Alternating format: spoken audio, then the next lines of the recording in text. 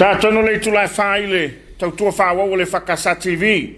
I le mai mo mai o le tātou tuta o i le ne fo i asolulu. Malo le malanga manuia, malo fo i le. Tau a tai tau ngā duenga. Tiu te mwhaiva o wala unailo tu so i fo leola. Le fo o tātou iei le si ui o le o ngā tutono whiau ngā duenga. Ni vai asu, asa mau. Patal fatu lo sunga whiau. Ya, malo fo i, tau pwana, malo i. Whiau fo ngā duenga sa whianga iei fo i ni asu. Ya, sa rapa le fo wa. O me longa tono ne vai asu. Ia. Ya, ta fo i. Aso solo foi ele. Ia peo i longa tono le amateo na peo wai fo le. Ne vai asu. Ia fa malo le malo si tato atunu.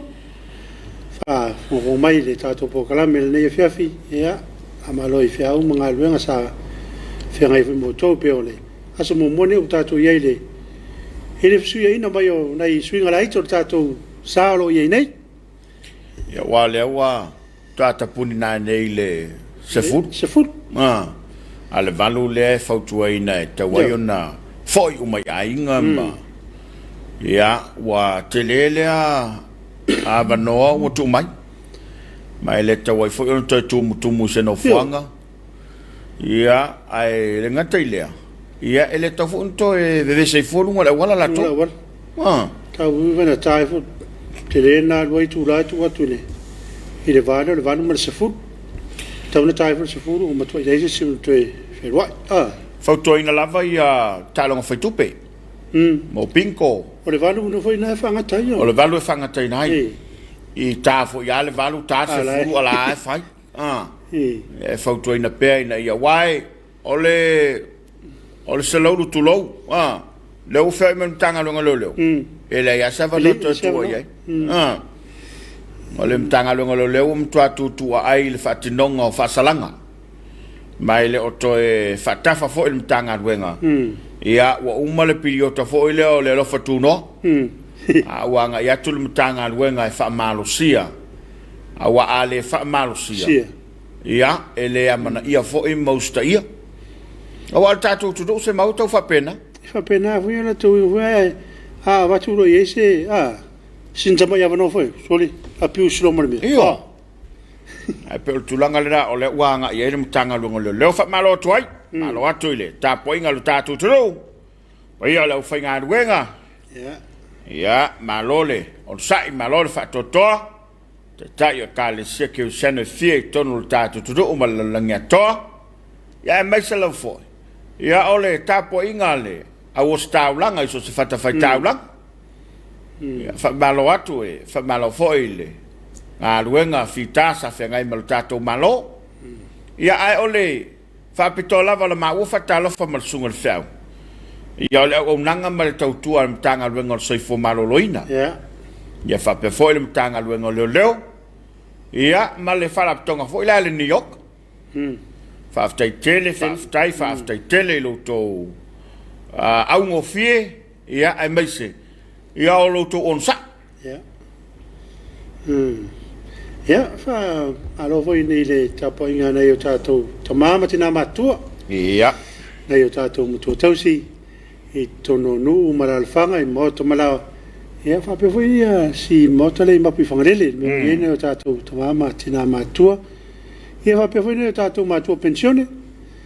Malo lo man malo e o mapu mani ngā luenga fa malo. Ia, i la tu Tapuaiga.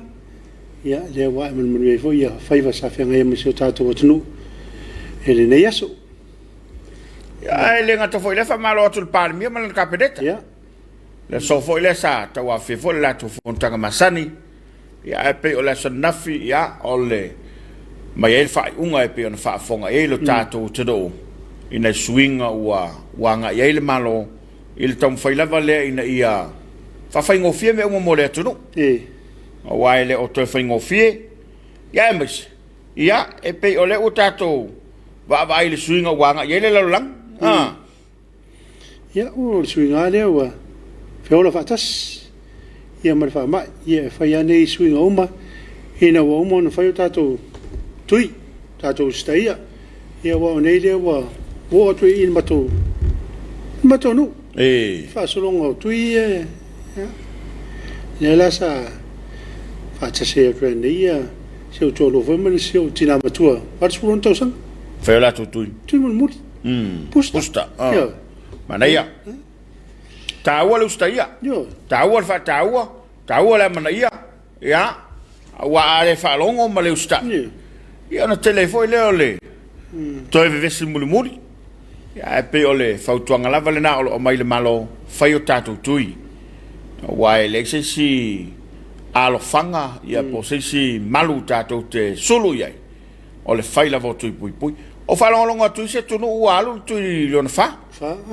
Yo Amerika lai ma o mai fam talanga le lona lima la wat. Ya e mo tinoa tatu te o fo ia ia. E o ia. Yo ia pa tatu ma va ia no fa ma ile ia. No winga tatu un se ia pe ia. Tatu tadia. O fa tuanga la pe ona sa no foi se mau. A fai nei lai e lima tui. Ale ai fai lo tui. Ole me o ya oi. E tui o malte metas. Fai ato fo. Ah. Yo wala turanga na e ro i. Ia pe ol me fo ile le wa. Ole ma wala vai la. Ale tui mo, tui lo na lua, tui lo na tolu, tui lo na fa. A sa lo mal fa talanga. Ele fai langa fa se kui lo ngalima ile ai ma so kui au fai. Kui. O vai la ke le la fia. Ia pe o tu le temile na.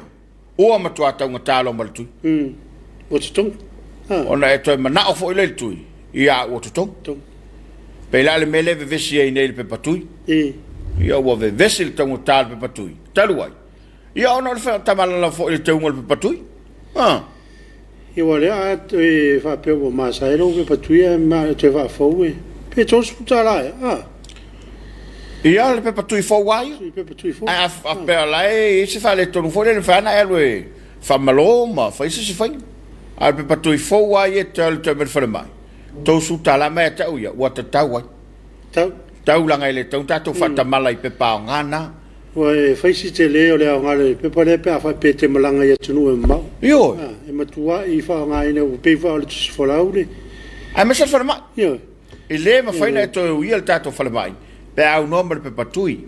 E o la fo im tanga luenga le malo. E le faina e to fa le sam tanga luenga le malo. E au nombre pe patui. No le pui ngole turu. Tau to ia le langona fo ile o lata ia te tau. E nga talo wa ia tau tono lo lava fale. Alo anga mai no fanga faite. Fa tau le ia tau le toro. Ai fa malo atu, malo le pale, malo non sai.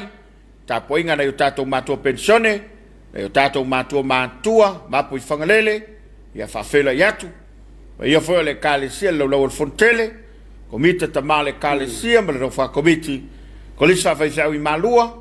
Kolisa faifau I piula, ia ma le tele kolisa faifau le toro. Ofolo fatu le nei fo ia Afiafi. Ia pule malu alim fai pule. Malolo ngalulue. Sunga I pule no sui tamai tai no. O baba ia tulisi no savai.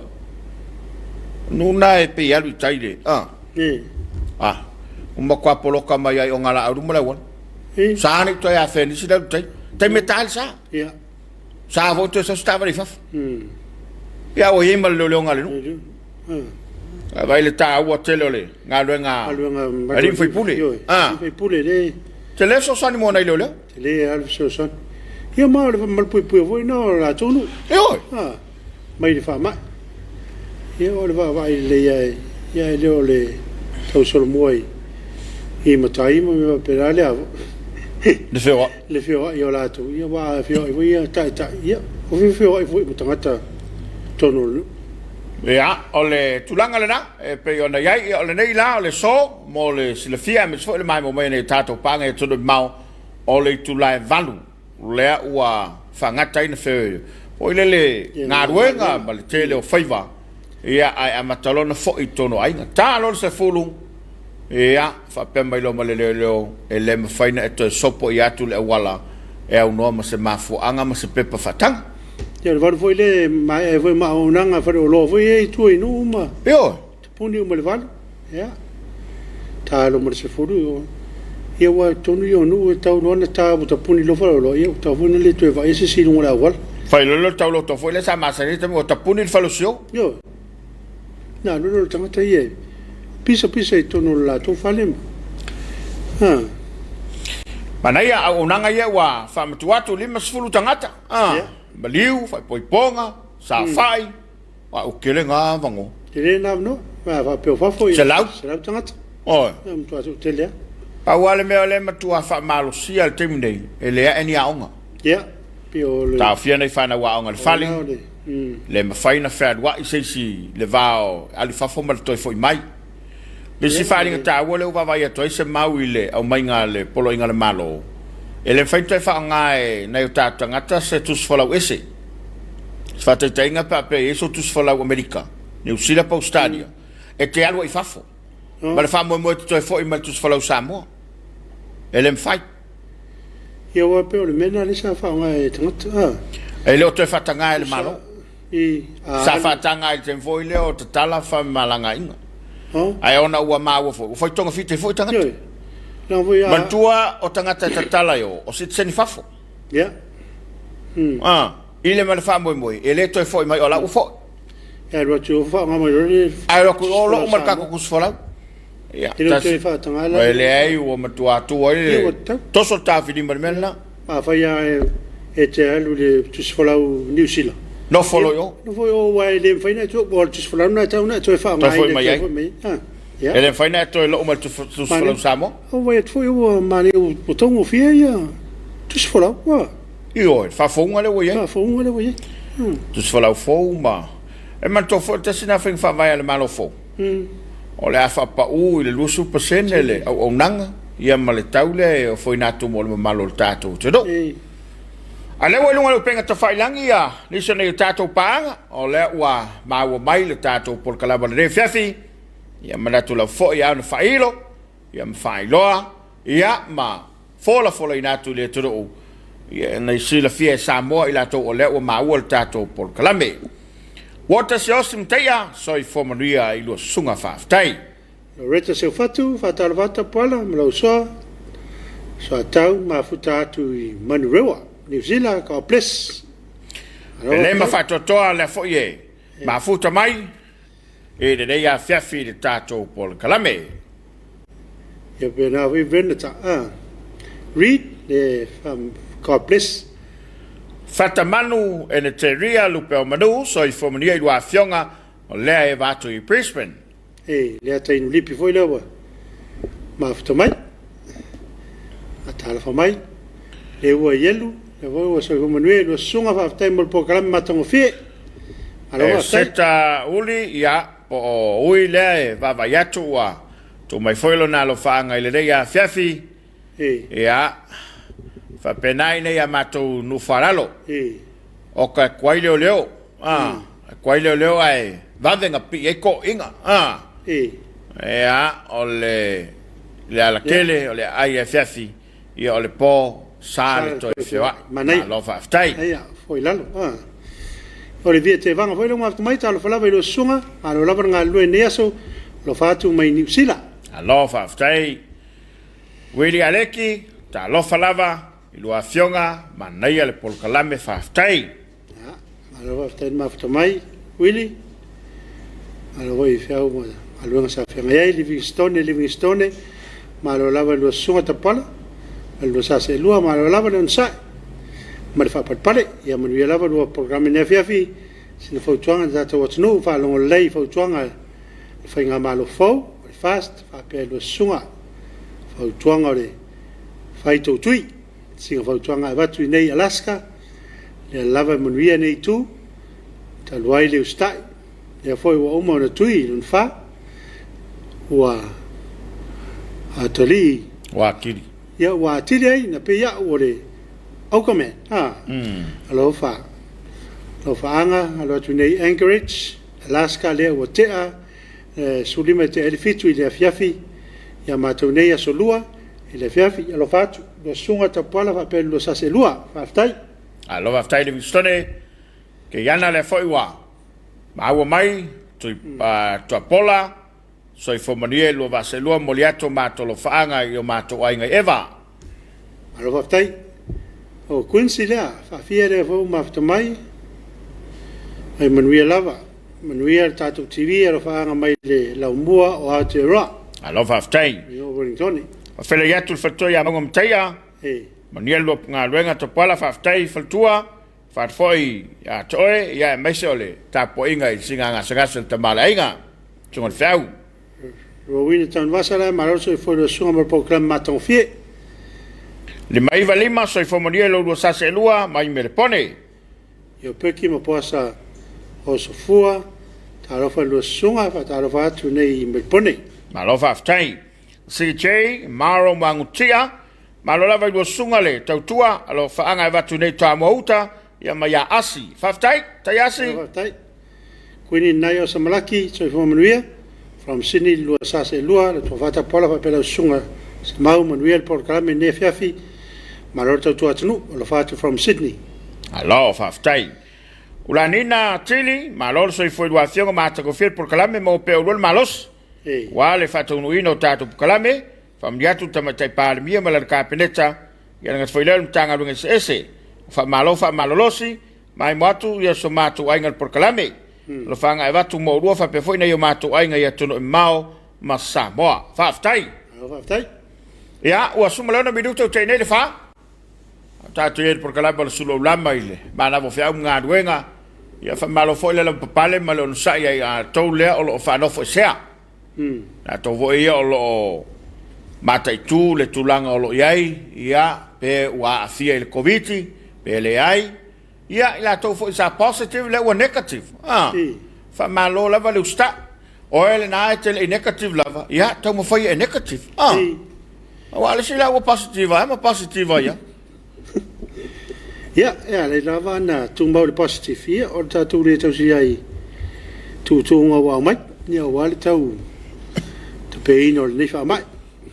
Lunga lava lo penga te whainangi ia o na yo tatu ai nga lava leo lo mata watu o lo fa solo mai o lato lo fa anga le rifo ia Afiafi le mai mo mai al tatu o tudu ia o tatu ia po kalama o Suluaulama fa malo tuai ma fa afta yatu ia inisio na yo tatu ai nga lea ua vava yatu ia ua tauru mai le Afiafi ma wala liu malol fa malosi au lua sase lua tapuala malsunga se mau moriel por kalame alo fatu en kat bless alo aftai ia o erokapa ela safari tupe mon viela Afiafi lua sunga malva malos malta watai fa mi pele ali wal por kalame fa faipea fa atu nei Maryland mon viela po la foi wa ma futa baya Sandy Miriam Alfao. Soy fomoria I luacionga. Manai el por kalame batu ni le lomonga. Sí.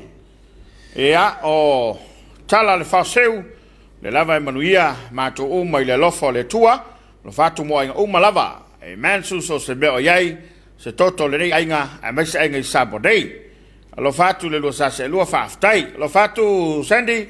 Lo fatu. Lo fatu ia tala le lei ia male ainga ina le lomonga. Wa foi sumale fai fiau ya sakayoma mangalek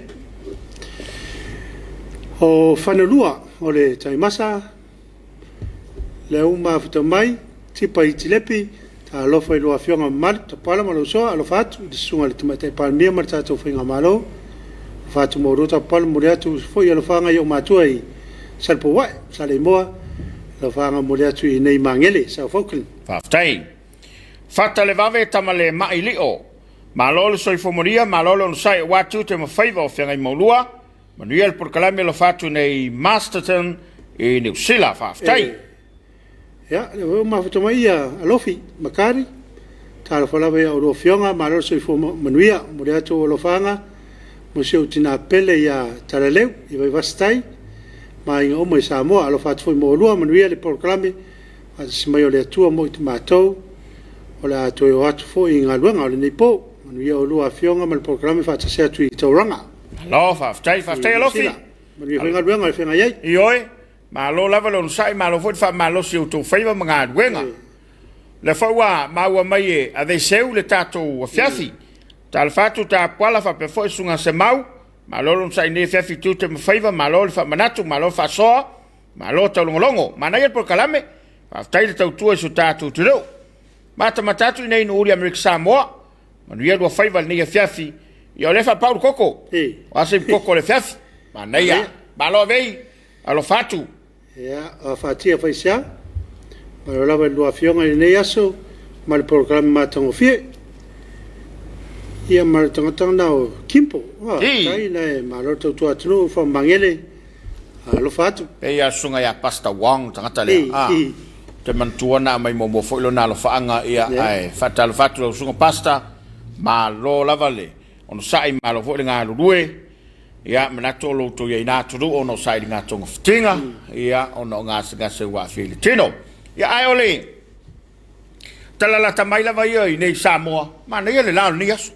Ma nei o matua la ngona lava le mafana le we piole tamaro vela le famai ai fa longo ko e famai mai e o so fa fo ia fa vela lutin ele fa vela le alu tu la le fa sanga duanga fa sanga duanga ma tam fai nei ia fa afu le tino watu fa fong mai le todo fa malo fo ia la tolo tautuina na yutato mutu tausi ma lo la tu nga fa tasia tanga ta fa te tanga yo nei yo tato tausi ia ma la tautua ia wa fo ie e nafa ma le tausingo na yutato matu e pui lava la ilato o wone ia afia mai le fama ia wa ia afia lo lato afia fo nei yutato matu ia e fa malo la tu nga nga fai e le fai ngofie suina le puvai ta pena le ti ta pena le tau maftanga ta pena lo na vai fa malu ta pena na la ia me malava ia ele moe e tau napa wai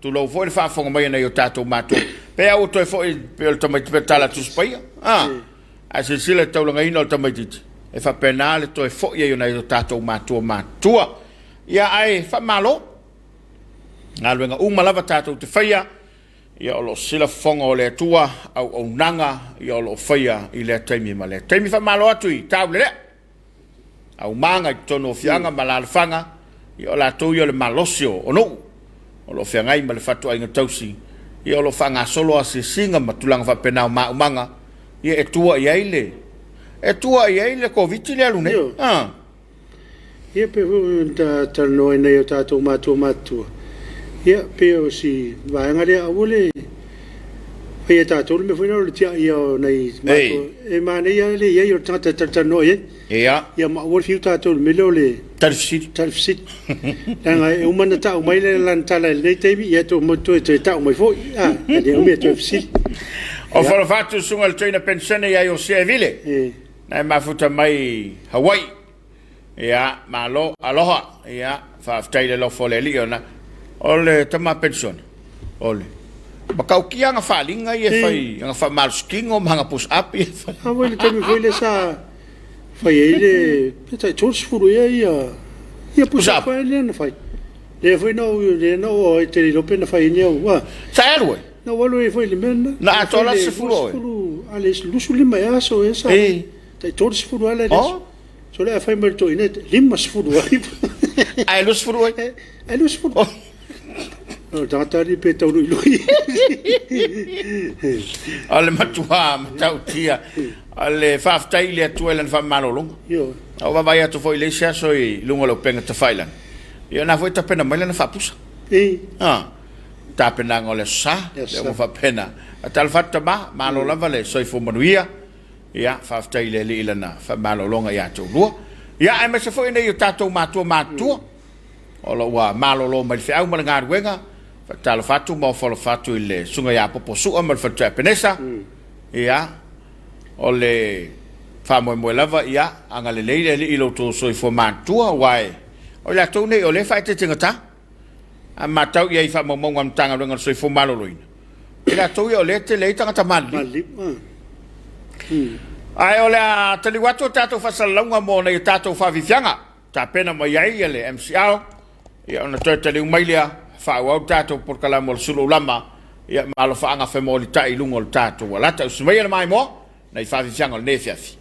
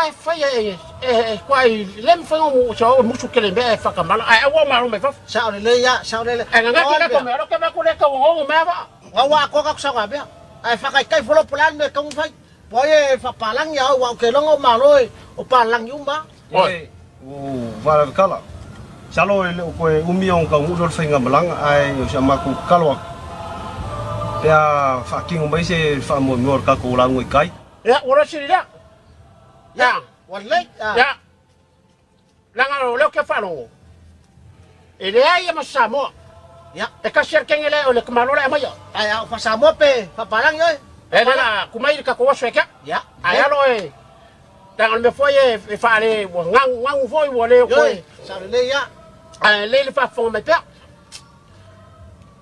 o leso o leva fa fo avec ai le se fa fo le leva lu peu ai lo kanga peu pe o lo solo peu mo va o peu mo ru peu pe o lo uru o ka o pai o ka o so si o ka o ngoki ai amu e fa ko lo fi ko mai pos ka wa nga fo e fa ka dia ngo fo fo pe hello the day is no cool everybody will go to the same pot and tato if you like malo mai le fa yo ya lo fa ngai o le be ele semin fo ele semin fo ngile ele ngi o ka pi ba oi ya la al meu le fa kai ya si doi poye mal fa mo mai la so ka u le mang liva wa o ken ka u fa mo mai o le la a o le malepe the day is 11 for the chalice and all good for palang is all the people baba la me penga sela wa muna fa maru ro kurang o la so fa mo mai le fa nga ko mai e fi ma wa se ma ptanga fi emu al me ka wa ka ko felai day is good the felai of Samoa the palangi stay the Commonwealth kasi ngai ngai sini o Samoa le misi fal pui wa kele fal pui e fa ya ya ngale ya ole mangalo fika wingai ko wo mai le ko mangal ko ke lo la lo nga wo po wa ko ya hola la fa nga me ol le ka fa kai si lu nga le kan ve si up tang lo mai me le ko nga le fa la my people is good my name is going to the hospital wala nga vel fal mai wala ngi fo fa kai le ko mai le ko pa wala ngi fo la ko mai mai au wala mo singo le povi o so Samoa ye ma o fole ai pour le roi il faut ma ya ma nga fo la asa fa fo ah ka kai malol ka penga malol sang wa kadinga fi fa long fo va nga pa ur ngi ka ya ngi yas kai pa wa le ala so yak wala kalwa pa maria ku so kanga sau ve ai aver ka ku ngang Samoa ya sa ngi lo sunga peri kam fa ya wali ngi si la ka ya mai fa ya wa ke ka wa nga fa sa o le nga ko fa kwai wa me ma ma ko ya na nga ki ka o mai le fo le o sa o fa o mia ma nga ko le ai en si nga ke le ke fo ka mo ai en si o nga be ai en si la nga be nga e mai ko le e nga ni kai we mi nga la nga o e mai ma le yu ai en si pa ko oh ya nga le ala o fo be la o yi e pa be la o yi o la ku ngai o le la la ai nga fa fa penga fo fo ai kai wa ka ku fa ku e ku sa ya nga se fa kai se le nga wa lo kai mi te ke fa ku kai le so wa la le so ma ka o fe wa ka ku fa mai la so wa e ke fa pala now today is a grateful, the beautiful Sunday, because I very full love for you anybody to come in Samoa. Asa fa lo malo fa kai ka penga kan ko ka fi wala bale la ngale wo ba ku so ba so ya o ma ko fa pela malole ka wa kai malo malang maguya sa fa boy fo le ko pe ka gu ba ya lama. ya Before I eat a very good for now because it's right of the holidays for to put down your head and put out for give to hospital. E whamalia ku Awa. Whamalia ku whaukanga. O ngai kaluai, o ngai e filongia malanga, loke whaalongo, ngā bini mea po filongia malanga, e o mai mukaka ngā. Esa me ke porei. Pawa me ro kir pawa me kakak ngai fai mo foi ka ho mai ngai mo foi ka pa pau va ku me ya pai ai. O nga o ko ai o va ko sa le le wa. Awa usa vai vai foi la ko bala ko be wa ai fa la fenga luanga. A ngai fa ba le ka ko. Lava. O ma ngai ya. No. Ana fa ko. Ya. Ka ko o sa mai. Awa wala o ka le mai pole fa fo wa ko mai pole wa. O ya lo kwa ba. Ka pe ngai ka ko. Tere bole va ngai fa fo. Tere bole va ngai fa fo. Yo ke mucho. Solo se kwa e me ngala hoya. E me ngala hoya ro hoya ngai ya finga se vale me. Pai me ngai fa ko ku se ave nga o pa kai ma isi. Ya, nele. Ma bele pusa mau. Ave pusa mau nga ngai. Yo. Kako whai mea kakalangua. Yoi, kako whai mea kakalangua, te ole mengese. E o mai e me mai. Ya alfia mau wa ngai fangu ngai le fiafia. Yoi. Sole o kenge sole o yo kama ri ke falo ngai mai mo na ka alo. E kau. Sole pe me ke so yai. Ka kore ba.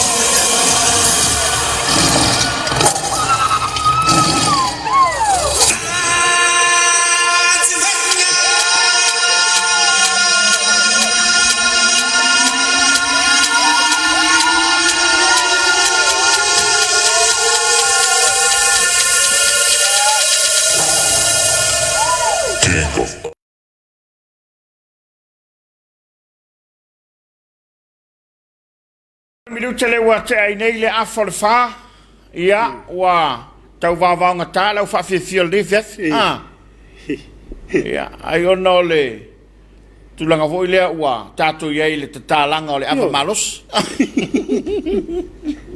Ato vai atu ile ta mai yo me la pe foninga mai e malo le loto vo ile ina wa tala le ava Tu yo vai nga len tau sau ni le fa fi fiel ya mai ka un poco mai no mal va bien malo choi ya malo le pale malo foi lo sai malo le nga lui dai tato lo fanga i lunga le upenga ta fai langi dai tato wa inga o le wa ma wa mai le tato po kalamba le Afiafi ya e tangata na te va vai tu lunga le upenga ta fai langi pe e fai manga fala velavi pe tangata foi le mai fafo Savea Brian sona lotli malo lava i lo sa se lo nga lo ne yaso Ainga Paula Wilson fa taita longo fa taita tua ya malo vol mafto mai ainga le Afiafi ya soina pensione malo lo nawa yo se vile pule le malu fonga tala fatu tapuala fa pe foi sunga fa ke fa tala fatu ne ainga ya tuno mau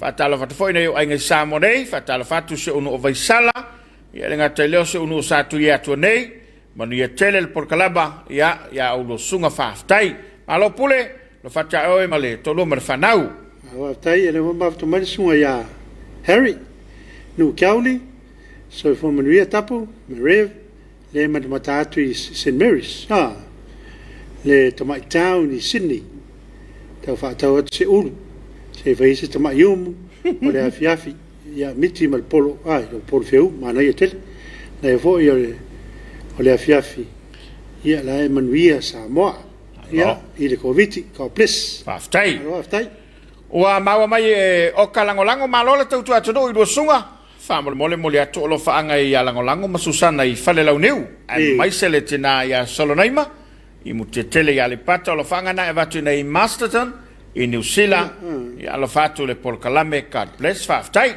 alo faftai ye le mafto mai to le tinganga alo fatu from Sydney ta pala mo lo so atau ya faftai ave seu le foto ma mai ta pala ma lo sunga se mau alo fanga mo le atu i na yo ainga na yo ma ainga ya matua i tafatafa fa pe foi ainga o le tautonga I vavai falalili o musumusu musalimu I whangaloa ainga so se tafa o le lalangi ia fa pe foi ainga Emrik Samonei o wholofato I foi le lua laulau Tapuaiga me konseta ne Afiafi ma le porkalame alo whangia le atua o lua whaiva le Afiafi manu ia le Afiafi alo fatele atu mo o lua ai maise sio tātou o tero o whaftai. Ia vetinu en ainga la watching from Brisbane, Australia. God bless. Alo whaftai. Alo whaftai. Malole, mai mo mai malo foi le mafta mai. I le tātou porkalama o le rei foi ia Afiafi. O le asololo leo tātou iai, o le o ngā tonu o. Whiau ngā luenga o le rei vā yaso. Ia to te lau foi nei whanau a aonga o le na lava ua. Ma futa mai lunga lau penga tuwhailang. Ia o le asololo ia tātou a le aso luai. Vangare ia Amerika Samoa, ia Hawaii, ia malo tele Amerika. Le vai aso le sa whenga ia ile. E sa whamna tuine ele. Ioi, le fua le malo tele, o ia Amerika Samoa. La tō whamoe moe le so, ia o whapena ona. Ia I la tō I le whamna tuine o se lauru su lu tausang. Tele nei tausang. Ia, tāpena mai fo ila ia le. A tātou whaafefianga le nefiafi. Ai o le ngang whaaftai. Ia o le soifonga lulua si o tātou uturu. Le lava seisi o whaatamala e mai se lava mtanga runga tele le malo. O mata alia. Ia mo le puipuinga o le tātou uturu. Ia whapefo ia le mamalu lau tele. Mana ia le tūlanga wa iei. Wa matafo ina ustai e tangata le vātangata. Ia.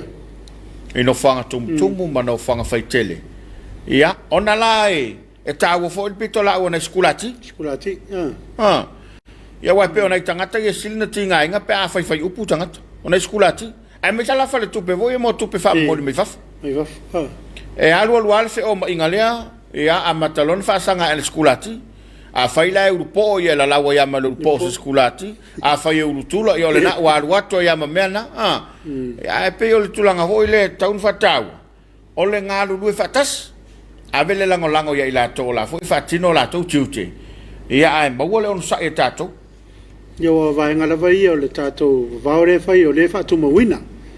O le tafi o au. Ia o lau talifonga. Ia ma le vale tonu o. So se no fonga la vai te anga I Ia ma le whiawea ina leo tātou whanau mai le sfuru lua anga I lalo. Ia, mo I lau. I no fonga whaitele o tūlanga lava nao le tātou vaore se o le whaatu mawina lava o tele lavo me nau mo a tala mai mo I tātou. Ia, lunga lau penga ta whailangi na fo mafuta mai a sungal toina pensione o se e vile. Ia lo whamai mo le tātou pokalame, lo whamalo mai. Ia man whama moe whila I lunga le tātou pokalame la Washington. Whatanu waila un pokalame la Sfreile. Ia, le wila whaele.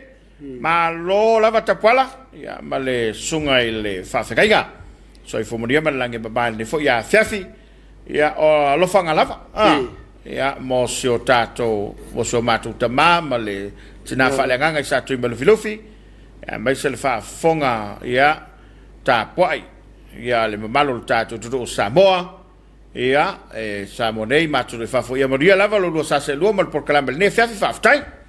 Yo satu mo fu sunga toina ya taise ya mo fatua e priana asiata ta la fal no sa se lua e familiatu fu fitto sango vai ta fao ia asiata o vaenga satu paitea vaenga satu paitea viene li nei to sanga o e ulia tine lei o le sta I matua o wai manuia lo fa mai ai uma atu mau me sa mo matu no malo fanga ya ista tina keka fa linga le tua Tuaina, Sarah Lynn, Ivonga, e maise a inga vaenga sa paitea nei, ma tu ia asiata toonga, ma le tina ia Ivonga, ka ples. Aftai. Aftai, really sufito sanga. Te whong mafta mai whalto ia Karameli, Savea, ta alofa I sunga malo lava le tautua, alofatu lo sunga mai o Samoa, si lava mo le tina wauria mailo na valu se furma le lima tausanga I le so. Tina ia vasa la ilokeni, manuia lava le yaso, whaaftai whaltua Karameli. Wale su lima tausang. Io tasi Filipona e o mawhita mai. Mai alo fatu tapala, me lau paanga, se lua whaaftai tau tua moriato o lo whanga si o ainga salani whare aliri mana tu pia o tau I Tarsanga from po Brisbane Yeah. Yeah, po PP o kilani atu po Brisbane o kilang. te mpēana matasi tamana Yo se fari a taua. Pala fatala fatu lo vaselua lo fatu ya wa tilan sa sal covid to ina na opili. Lo fat foi la foi foi tu fa tai. ja malo aftai malo ma aftamai Tera mosal na fo ma mai. Se fo mo dio afionga. Malo tau tua fa mo le pesta to programa sal pule le fefena nei. Alo fatu fa tai. Ya fa tau nu tal programa na nei. ja le ma aftamai ya maria tulua Ya. le fa seu se fo manuel lo sa se lua o le to lo fa mo programa mai se o le pa I tele o se ta to watno pu mai Yova au fia ngai ai mafita o le fa mai ya malo fa aftai Tai bali tulua tai le mafta mai. Ya, na ia tātou paanga le na o le ua, tu mai o la tolo fanga. Whatau tātou kalama sa pule na nei. Ya, awane MCL na po kalama tāua le anfa le walu. Te whafonga I foi mai maneno niso mataupu o le ala ngai le tātou pol kalame. Ya ai, o ele na whatae manawa mai atu mau, na uta watu le fale, ya, ma lo le ngā rurue. O fo nau tapena la alu te whai ngā ruenga. Ya tau tuana le saunga le mu. Ya mai sa la foi tono ainga. Ya afa pe na oilo fale. Le la do se mal fale. Tau tuana saunga le mu tono le fale. yo Ai le palaka o lo fale, ya o le moli, ya o le vai. Wa ele si vanga voi le pe le pai pa lai ola. yo Ya le te mela to la mai pai. Ya fai lo mata ele ngala lava tono le fale. E te sau ala e whai aku ke munga I pu voi e o ka fole sink matulanga pena pe a whai e le tapeina le vai. Ia ma tau tuana ia le sanga le mulunga le wala. le me le o tau si le tu la fono ya le o se me fa pole nai ya le se me ya tu e fa fo le mo le nga mu kesi foi le Ia. o le se me ya wa e se ale tape I le nga ya le lo Tapeina le kesi. le fang kesi foi le ya wa se me na tu pu mai ya fa la brave ta tu te le mana o e tu Ia o le pui pui lava. O lo yo lava au. O le mato tau ave lava ia le nal soi fo malo loina. O le silia le pui puia nai lo le tau tonga fitia. Nis foi taimie tu lo fa fonga mai le todo. Ia ua tato ia le me foi le lo le fa tu tungta. Ia na ngalo ai le ma. Maamal le sila nai meitia. Ia ai ono tu le mei fa la tato te le mo mia. Na ia tato fa nga I lunga lo penga te failangi.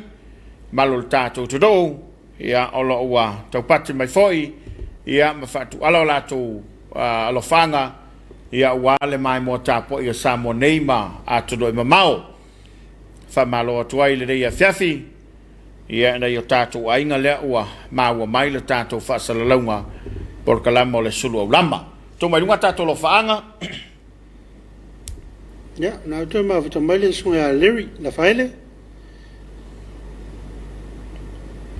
ya malua inga makelani le malo se fo mria e la sunga fanga solo lunga tatu lo fanga ia mo lo fa nga mai se la sunga ta pola talinga I fe longo foi ma tango fio lo programa fa solo ne fiafi alo fatu ya alo fatu foi malua inga Larry Rafael na mo bena lo fanga el Coliseo Samoa. Ta pala el malo lenga faya au ngal ne faya so bal por kalam bilung al sum. Ia. Emi tap soa Malo le soi foi le lo sa se lua malo nga lue ia o hol tau tu su tatu tu pele o Samoa. Alo fatu mo lo sunga maftatu nei Mount Roskill. E tono ni sila faftai. Malo tero amosa vole maftamai savelio. Ata al fatu lo sunga se mau va pela o sunga tapala malo tau tua manuia nei aso lo sunga e vai atu I Sydney. Sari faftai. Malo faftai. Le lua ia malo acerta ta lo fa lo va se lo so fomonia mai Alice Springs, Australia. Al fatu se wai ngai falafa e mese se tomato ina malolo ia fatu o loa mawala. Malo o le paleo so fomonia la fitalenga tapala a pele sunga fai fiau. fa mo fia mo le to lo fanga o maua ma le tautonga ia fofua misiolo ma Margaret Fruin i siusenga fa pe losa viane ma le ainga i le muanga no fa foi mo to ma le porkalame fa aftai lava le wila faele mo le tolo fanga sa kolisi pele le nganga tapala ma le fa fenga le nga faya onga ono porkalame onga i lunga lo penga tfailangi ma lo foi lo sai auto sunga i matua fa le onga ia i tina pule ma malo le nga faya onga alo va aftai spits la vea na vo ma foto mai so vo manuel lo sa se lua mo le tolo fanga le to fine ya ropeta ma fa nau a me se ma to inga le visa le moa a pere se atuna metia peneweta mai ono sala eulalia ma fa nau mo mo alfa moriatu ya ukilanei manu tele por kalamel ne Afiafi le mafta mai le la faele ma mai le fa malo il coliseo Samoa lo winga o tapena nga foi nei fai onga i lungo penga tfailang o lo fanga solo ia onga al coliseo Samoa ia o la foi mai mo mai nei ainga le ngata ia tuno mafa pe foi ia Samoa nei ia manai fai onga ia e fa malo to foi le sunga te mate pule ia karene fa sila ia malinga fai onga malo le tautua malo foi nga lue ia ai le ngata ile o onga mala vetono le tono coliseo le malo coliseo le kalesia kolis toma oti ia fa pe foi ia ila to o nga lue ile ofisa wa onga ia fa pe foi ofisa nga le kalesia fa malole nga lue malole lima ia wale tautua ina lo tato todo ia mbese lava o le tapena ina le sona ia matulanga fa pena wana yo tato fanau ia ele o taungo fe foi me fai ngo fiel nei kai mi auto ia mbese lava ia ole nei ole asa vali atu le afa le tausanga ole nei lava tato te fa penei ia ai pe ole tu taua ole pui lava wa toi ma wol te me fa ile aonga ia a oina afia nei fa nau ile fa mai ole tulanga fa ngtale na ona pui ia matato tau ma fai tu fatas mal malo ia me se fo fanga tanga luenga fa malo te fo tanga luenga wa onga le fiona il ministale sunga se ula ia mal ministal on lango le fiona nga seta ia fa pe fo ia le tanga luenga wa le mos fa tunsi le mos fa tunsi le tanga luenga le o onga ia pe no sa no atu ia ta pole fa malo ia tu sungai ia o ta mai lava sungai di pule ia fa pe ia sungai fa ia onga ia mo ta pe nei no o me onga le fanau ia o ta tu ia ni vai tau pe o le vai nga pisila le on fa ngta si va o le tausanga le mai lima ngai lan le o yen tu fa tausanga nai lan wa le lima la tu ia fa tausanga nai lan ila le wa fenga ilo matua malenga luenga fitalo fenga mfayao ia le wa tofo ia il telo matua ele fa ngofi e me sa ila to lo mafuta mfana yaso ia le la welo nei matua talo fa nei fayao le temile ia e fai o le pepe o le ngutu le vala uso ia le fiu e fa tonu wa se sila i fainga me onga ia tele na fai mai lungo le penga tfaila ia e alu makwa lima vo le pe akwai ia fua mai lola i ngalo ngale fenga i fai onga le potuao e fa pale e fai ile alofa e le so ona po e le so ona fasia ona le tula fon ia tato le fale o le kualima o le wire ki poki o le la palapa o le maa ia e la kumame nga pe alele me na ta u la vel tato lango le nga fa yaonga ia o lo tau mafaya ia le potsala la mo alo ma fanau ta pena mai na fa fianga le fiaf e vai fo il tar plama o le Suluaulama usmai le mai mo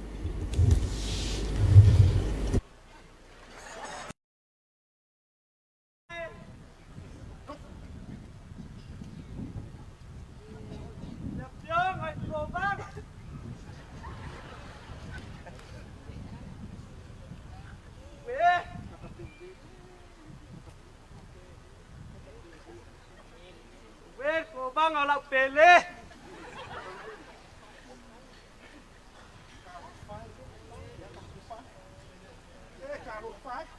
kalau pai la piong ai to bang amalang pai ngamalo po amai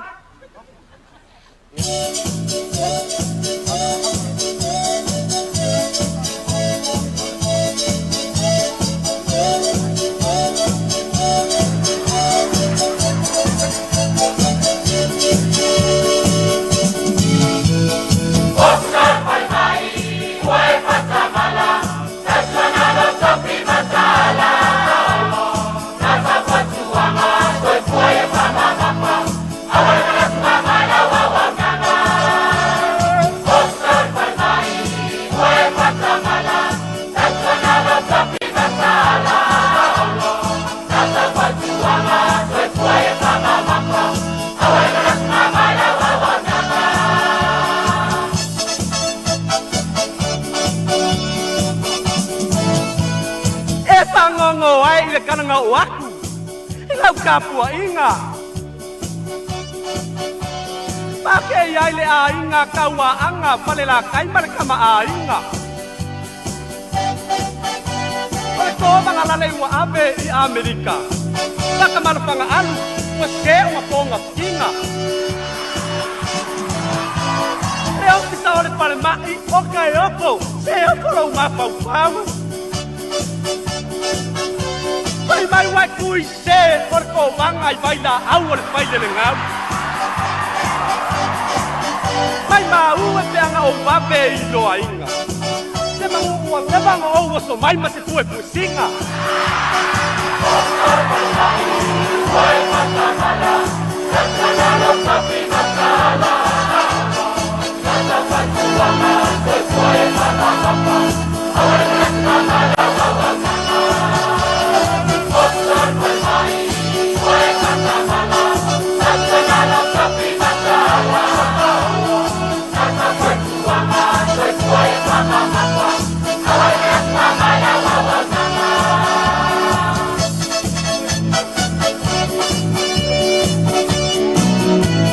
Oi yang itu mak pelek papa pomu mai alapi. Sesi ba ai pelek spy foi mai Iraqi. Ele vai ngau sama wai long pale mak. Sai dia mau ai mak vai pa.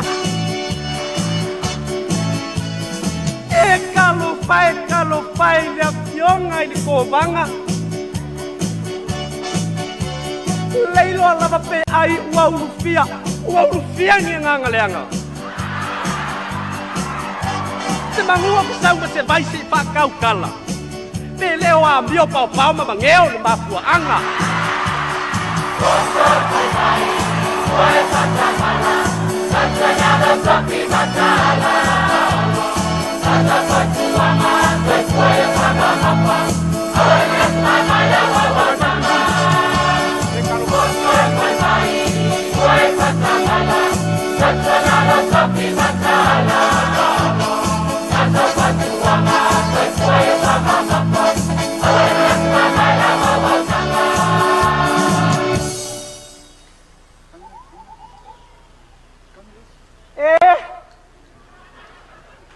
Poa mai le si ngasir ko banga I papu. Tina, le ai. Ele o ngasir ko banga. Ala e emer ko banga I longo foa. Oi. Ele o mai ko banga. Oi, le ai ala fianga ko banga man sio pola e mai lungai o. Ele o longo ko ale ngai pai. Ala banga banga. Oscar pai mai. Vai patamala, sancionalo sapi matala. Asa patuama, después mama mama. Ahora mala wawa mama. Hey hey. Oh.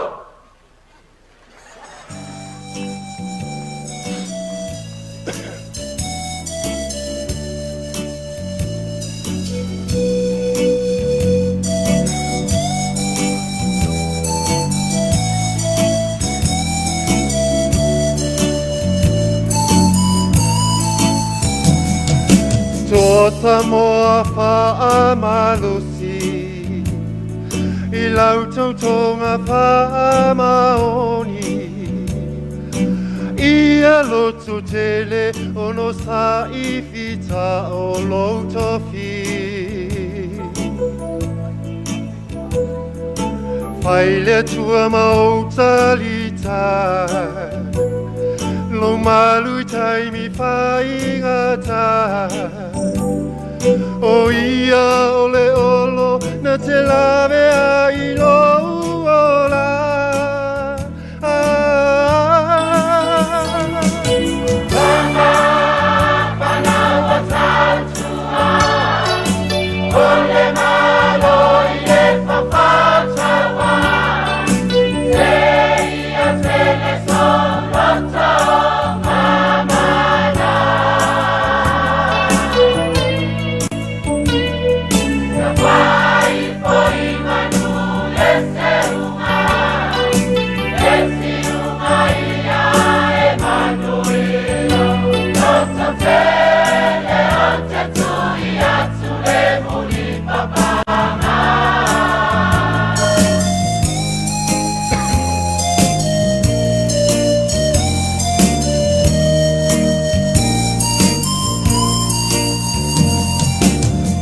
Samoa alo ye yo whaiva E patita o tola utapua inga Pongi salo tino yamani no lau Sila sila Le mava enga aturi fau masina Soleto e po ima yo lima Enga lue ia tu mau ele fatisi sina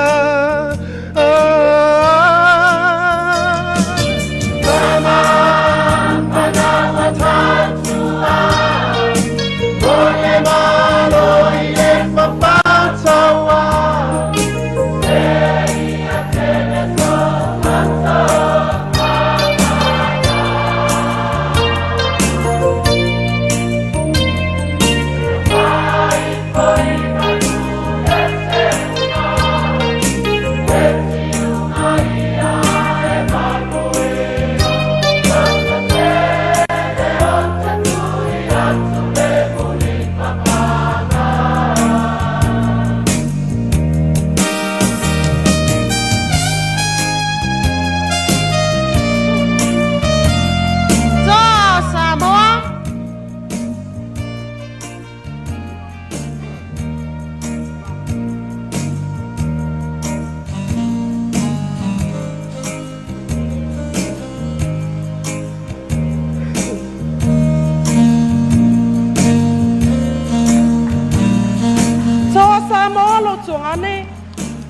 O manuna sa whaelo ai O manu whaina Sa te mawai ai To Samoa lau whiangainga O manuna O te tapuaiga ai O manu whaina E te wholau ai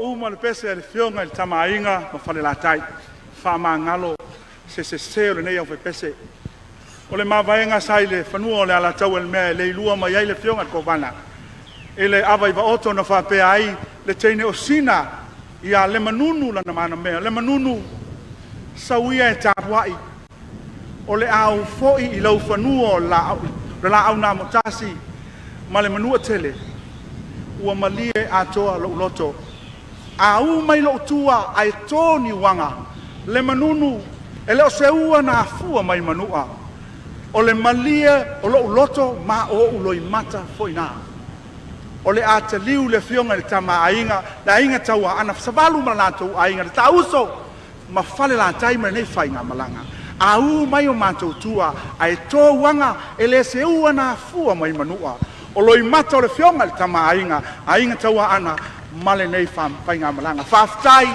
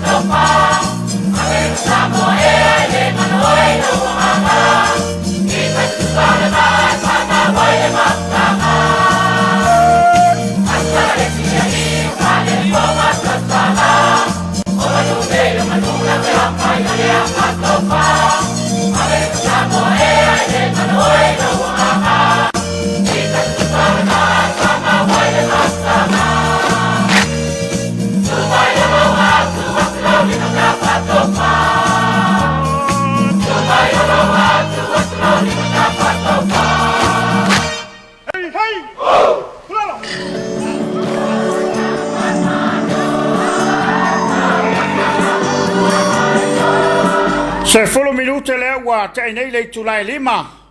Awalo le mai mwanga lo tatu te do le fa fianga ya mai matau tu fale la tai.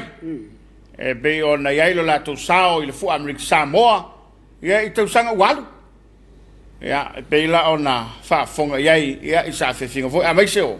Te mi le ko vana le fianga le matua ya tongyola tu la fono. Pato te mi le ko vana tongyola le na fa fianga le. Sfallate. Ole le ai o tongiola ko vana America Samoa. Ole vala ulia fale la tai le fu America Samoa. Ia mo pe tele le vale o fa fianga fa Samoa e te na wina tu no tata wala ta pe o ni pese na watu nei upolu ya ve nga ile wal fa no ino le o le so fa no Samoa o le te fa fonga tu ele sungu se mau ya o lo fa pe mai sa fe finga mata tu o le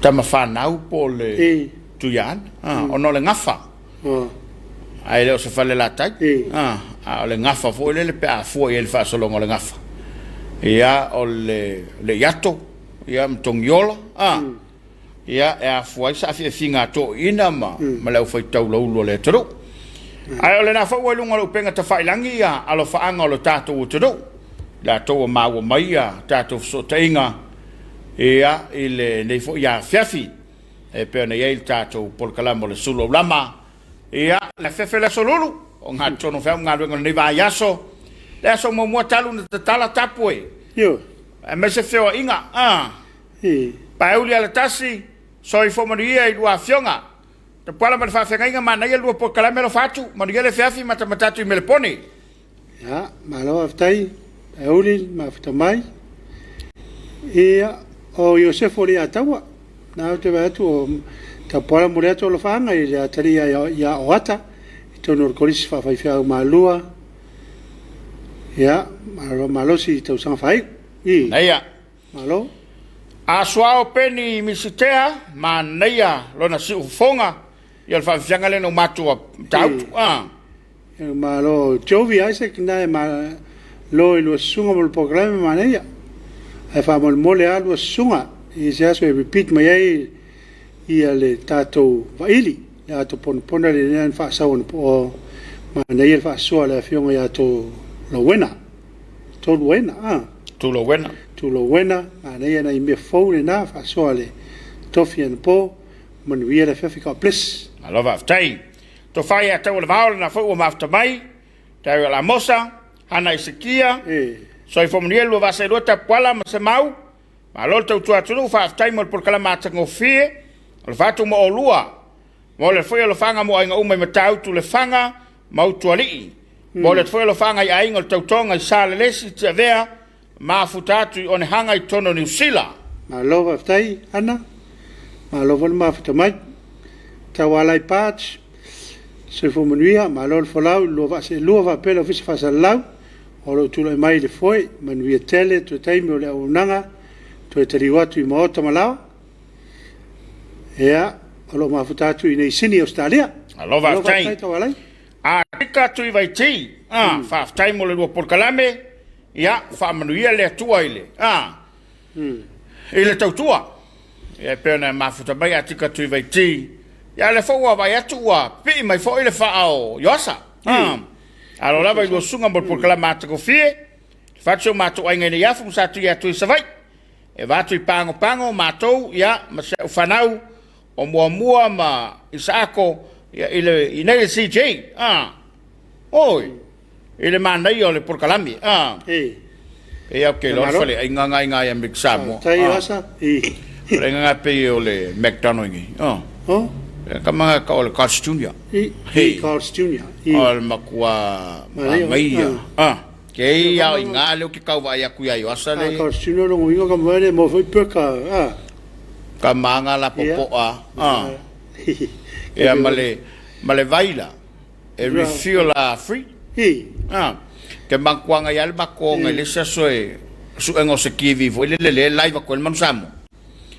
man tola amri samo ya TV sa masanginga rua ko ila kapinga ele la kula TV ma tolfa ma ko molor kala e ila ngale la ngale costume alu lo mar solo ya ba ko ku mer kala kam fa kau ya mo meo me ai fa kam fa nga fale kon ke makamak yo le ala me fa kau lo le fa ba fo ele fui ya e adu nga po o fa tau mai le vai mo mo le fa tau mai fa tau ya na mo lo vai le we refill le free ya e nga la fam talang tanga tau mai tonu i la wa fakas ba ska ka ya o me ai e fa kau a ma kon nge makamaka alu le po ingu vai i ya o me atu tup ina fo ke kalwe fo kapo ingo nge ba sa mo ila na talonga ai mole tato totole na Tovi ia le sa toi repeat out nei la uli tar klamana va ili la to pona ai na foi wai lunga le Facebook e to ya ai ia mai mo ina ile fa soa le fiunga tulo wena ia ole maula valia na fa tulo wena ele tai ai le mawasua ia manis foi ole au tau tonu tatu tado ia ai ole tau foi le fa soa ia pela le upulo la mave ma to foi tatu tala no la mave ia tatu tala no wa fiel tanga tele de pe i pe o ngau pe yo ia pe wa tinga inga se sile tulanga foi le ia le fa manino e tulo wena le ai la ma vea ia la ma vea nga luenga so lo no winga ia sanga tele ma ia vea pele la ma le ai fa ma na ia tele nei fa ma manga le upu e pe o le sa ta pala pe o le me le sa fa winga ina i tanga te ya pe fa longo le upu le la ma vea ia o i pe fe tanga ai le se fe fa ma yanga lo ala ma ne tele fa ma mai ne e ma vai ala e so mai voile a mai sa u lima se lau kala mai so u kupe fa penga ia nga vakulole fa nga kulole le pule ia la ma ve pela wat ma ne piso le mesa pisa fe tanga ta le wa fa mong yanga le lo winga ia mo apeu manuia ele fa manuia mai na tanga ta ona le le ai tu sape folinga mai ole la ma vea e tu sa me fole le tupu me ave ya na tonu a ave ya e to mau mai ile malesi ia mau pea le chato tele le utata tau sua to tele atu tangata e ono le la ma vea ole ave le lama no wingo le o mele tauna e tau fiofia yo tawana faso ia tele fa muniang ia ale me si me mane yo le fa talaina le fiunga ya tu lo bueno le mena mai le ato e wa pe o lenta tu fa ngolo ata tu le pese ia la mai o tene mai fiti enta tu va pe le o fiti le yo ele do nga fiti la o me no tele au ye o fiti la tu nulo fiti la ngai le o ye ma se me o ata mai mo foringa mai o fiti na mai o fiti manua fiti o vingo fiti utale yo na ye mana ia man to foi le mau tu lo wena e va pe mai o le tembi man tu le tembi sa wena fanua le le foi le wa longo ya pulotu le mapue atai wa tai te malo fala ia foi tu lo te mau na fanua sa ia le e langa le to ilalo o so tu malo e sai mai si fo le uftawa o ina le pe foi ngan sa wena fanua sa lolo na fanua fa longo le tala o le su ele atoa al tangalo fa fonu e fa kulolo nga fangua o lau ke vai o fikile le ako menu wala le yo asa tu sale mai ngona fanua na felwa ile vao e man to foi le tende na ola yo imenu yo man to foi la usanga le na ele tala foi le fai o le matutu malo ya sa vesi o le o mbau fonu se na fai ele la mavaenga fa mai sa vesi o le o ya fonu se o le ai no fo inei e le longo ya te o ia e tausi o tamatua a la walu ya o te no fo oi pulotu ai tate to fetai ya i o ngafa o le mantua la au fonu se e tupunga mai ai na fanu le na to usu ia sa vesi le lau tau nu waile le upule na fai e to fetai ya i o ngafa ia ola lo le tene yo fatu lola ye leo ole tangata leo sabe sa uye alwe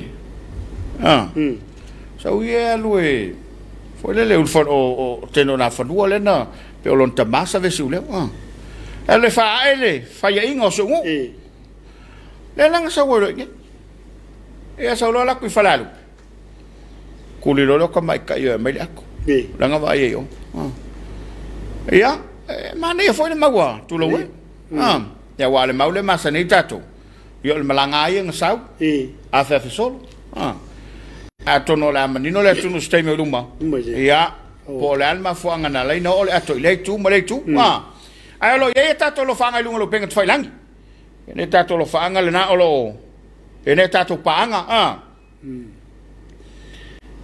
ya tato paanga na o maftu mai ni Afiafi lo le talemi tapala ver pesa falla tai mo le toia fa mai senga ile ainga le tabale ainga o bala pa ia le tua il to fine ile tai nei ile ainga i mota e mali oia ia o lo ngalue ia pe o le pule a onga i fangali i primary school ia tau ina ia maua ele uso to ngane ia masana fanau lo to tele lo fanga pa Missionary Samoa faftai ia malolo leta ia malolo faftai o le tui tai pule a onga tu sanga solonga na vo le Afiafi manuia lo sunga manuel por kalame alo fatu e vatu i Wellington ia malolo faftai tu sa manu mo ipu talo fai lo sunga lo fatu Missionary Samoa ia mo le fua ia olai ngofo la le fale tali fa mai fa tai mo le no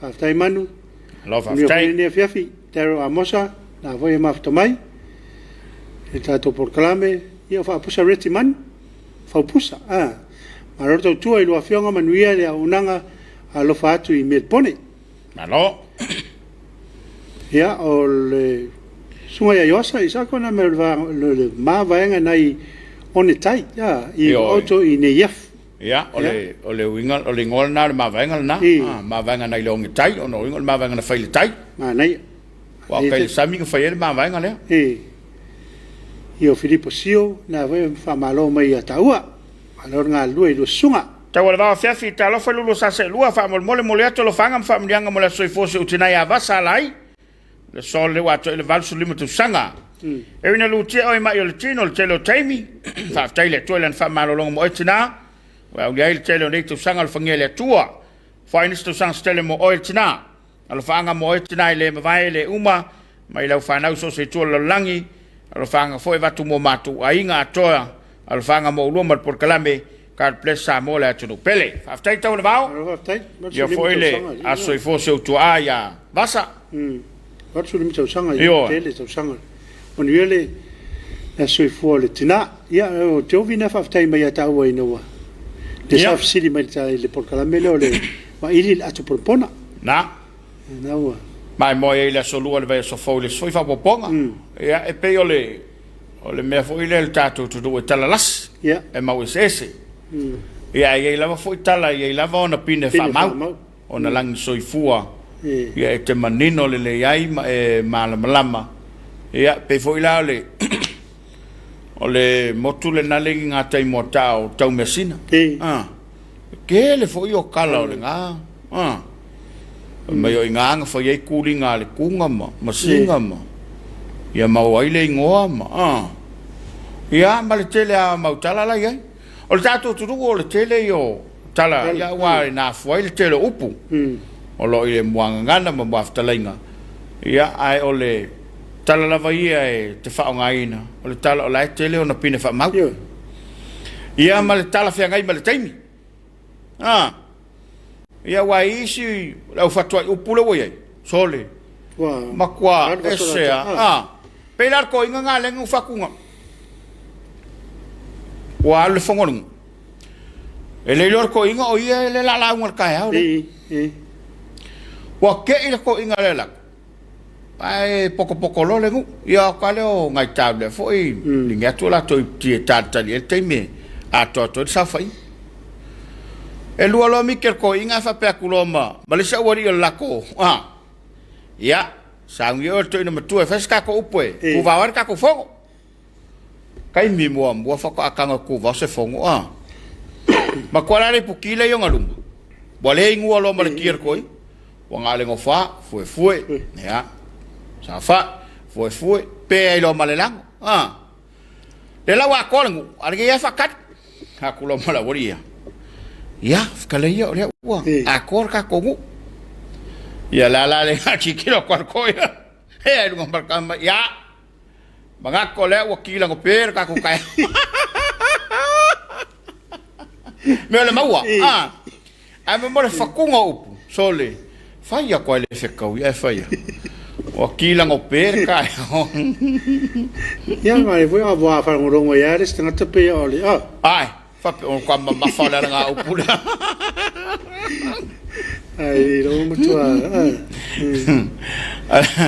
a fa lo ia woli woie le su o ki ma ia e ma ke se ai no fa se mali wa ko ko koko le o ki la ngo pe ka ko kai ha ya kamalanga ia ma ko e ka ia se uru mboko foi le ko to o pa se sengo ya yo sa le ngana to na re a ta le fina mo ping ya o le ping ya ai fa malo atu malole o sai malole papale malo atu le Tapuaiga la ufionga la malo le malo malo msofo pe voi la ufionga su il fono su to firma lo foltua ai also i fonga lulu la ufionga sa fa pitol te mai tai pale via min stala o capeneta tai nande o la ufionga il fon ftalai mo su malo le fono a fa tu la fono fa fele foi le tu vai il fam snonga la ufionga il fam susili mal presidente il fam snonga fa no mswafa malo lim ta mai tai fam sino malo il fam snonga ma walunga Samoa ya malo le nga lu malo le tua ya malo foi fatto to nias e le fai ngofi le fai ngofi le foi aso ya ma fa uma ya ma lu foi sa fa ngai ma su tato tunu ya fa ftai le lo mo nga le tu tai mai ia le so fo mo la ya e to man tua ile me le sa mato no foi wa ile le sa mato no foi ri oni usil o le fatto anga le stete ma te usa tu tele lai tamauri ma tu yo i tatu tu ainga tamana lenga mai ele mara e sia mani mai i o mai tamauri no fala ma tin Samoa na ia la sto ina o lona no fala lona fine ma io sta mauri la e le ala fa Samoa ia pela fa ngale pi i solo bo sau lo le faiva le to lo na fine sau le tamalo so ringa ringa so tamalo e sau te le io le sau o fitu la ringa te io lo tu lo to ina fa fango io il mena o so le o ta le le fantana sa mai fitu o so fitu le ngo foi lunga o ko se fe so ringa mo mai qua lo ko pico o po lunga o po pe po ringa mo mai pa o e ri e ke ngofo so mai ma ya su ngofo la fa fonga mo o la makan kala ya ngai fa ponga ya manua yo su ngoi ya ai sa oi ya wa ina le no fonga le sa to ye ya tala to mele we ni la malo ya na to no se fa le fa simbolia so ya simbolia so la ya to tele ma to ya ta modi ia wa tele voi se vai ngole olangan mafuta fo yeta ia ele un tangata tangata fai fato anga ma nei tele le tangata mai fo la to fo nga luenga ma ia ai e nei tato lo fanga le ngolo penga to fai langi nei tato ai ngole mafuta mai ia ma tadi bai tato po kala pele Afiafi ia tato ele Suluaulama tau tua fa ole fa kasa TV ia o langa aya vai ngase langa ata oi langa ata malo mo po kala mata confie rema ta pala ya ala tai ya le ma futo me voia quindi na io samalaki ya ole soi mai ya quindi le programme ya io se fole atawa malo la vol ma futo mai ne Afiafi ya fa malo foi po la level mesa anga ye fa o matiute ya o vera volta for ne kilo pero au mawai fa malo at ya para to le wa a fatonu le lima a tu mo sintato fa fianga ya to foi mai le tato kala me fa bo foi tato lo fanga fe moltai i lungo le tu le le fa kasati usi mai le mai mo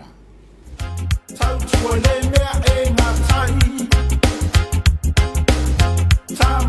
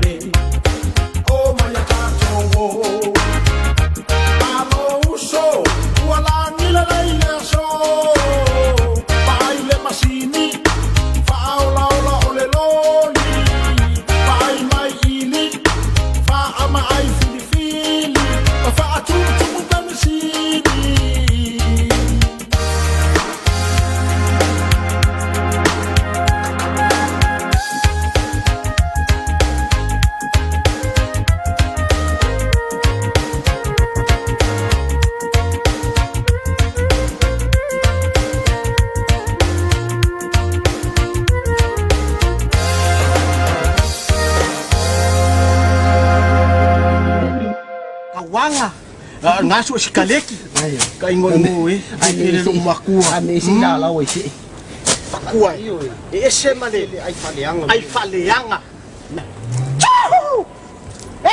ora ai feme ora fale ai fe lo makua ali chama ra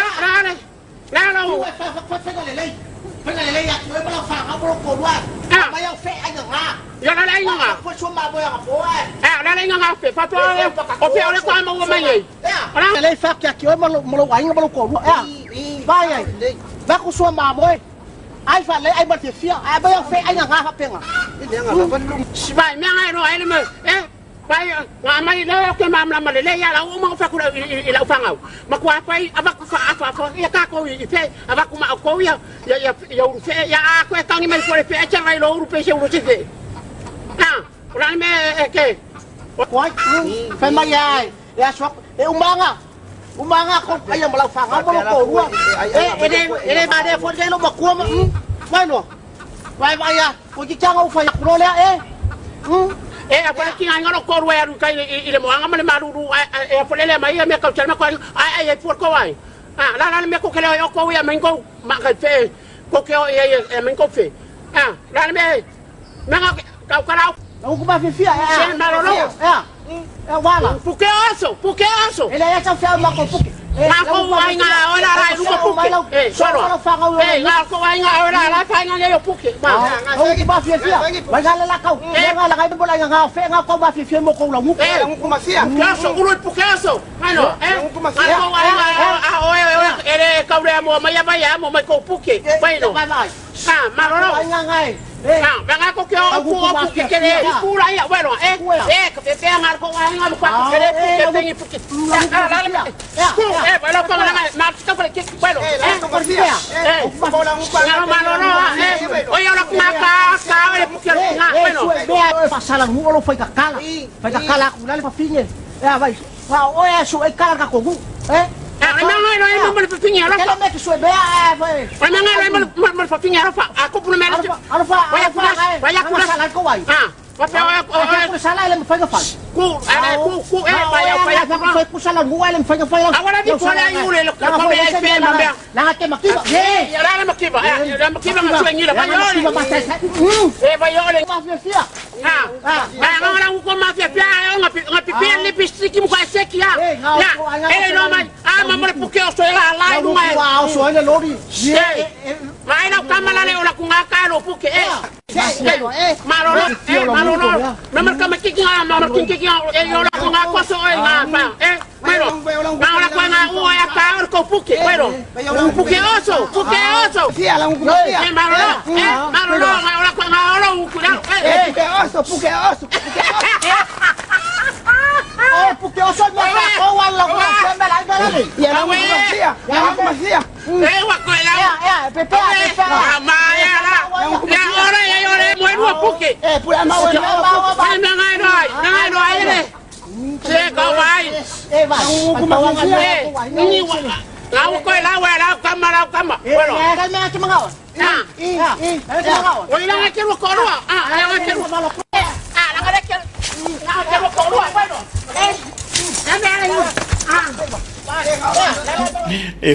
Eva minute o tene a fale lima ko manganga faila kala le fe ale o mai la wali faila ko misanga le fe wali le fe asi tamauri le ola na watu le atu fa tu foi tu ai le na watu foi male ale uru fe ele pisa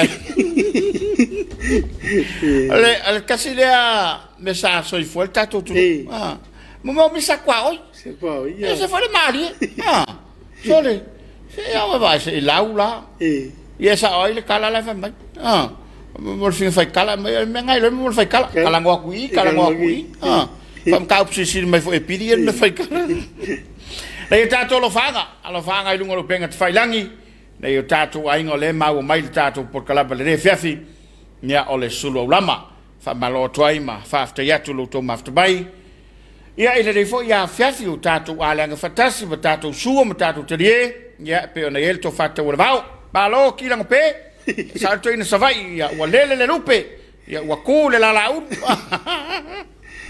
Ia o line fotu maro i lo sunga mo le po kala me matango fie. Ia, alai mata mai line Wellington, vatu mo lua ka plus, mara va ftai. Ula le tavita le na foie, ma ua mai le tātou po kala me, ma naia, ma lie foi nei fola sanga amata le na, le tātou fiafi, ba tako fie wa ilo foie le, ata lava, ia maua. Sa o le lea e tapuala e ma mafa foie sunga se mau i oi. Fetu foie o kamangi. Ia, e ngofo manga i whaponga ia e. Whafta iatu moria le fiafi. Ia, maro aftai, ia le fau mafitu male sunga ia Larry Lafaele, e o afa fie fianga, e ma na ia pili, ma le vaenga. Ia. Alo waftai. Ave seu, malo tapuala fa pe foie sunga se mau, malo sa afi, malo fa soa, malo sua. Do sunga le fiafi ma por kalami whaftai tau tua. Le tele tu le fiafi tapuala ma se mau. Ia matamata maftatu nei nuri Amerika Samoa. Ma rielo faiva le fiafi lo toe, alofa tele atu. Ja, met Jovi ne van mij lei missie maar die fe palpala. Fe palpala. Fe palpala. Yo. Ka mo le fe palpala ka foi le aru fe APIs. Le lai. Hola le ba mo mai. Yo. Pero le atale na mai lunga lo penga fai langi le fe e nga ka kala ko le pa le pia. Yo la lai fe e ya ku male au vang foi ke le kupe. Ai e ko me fe palpala.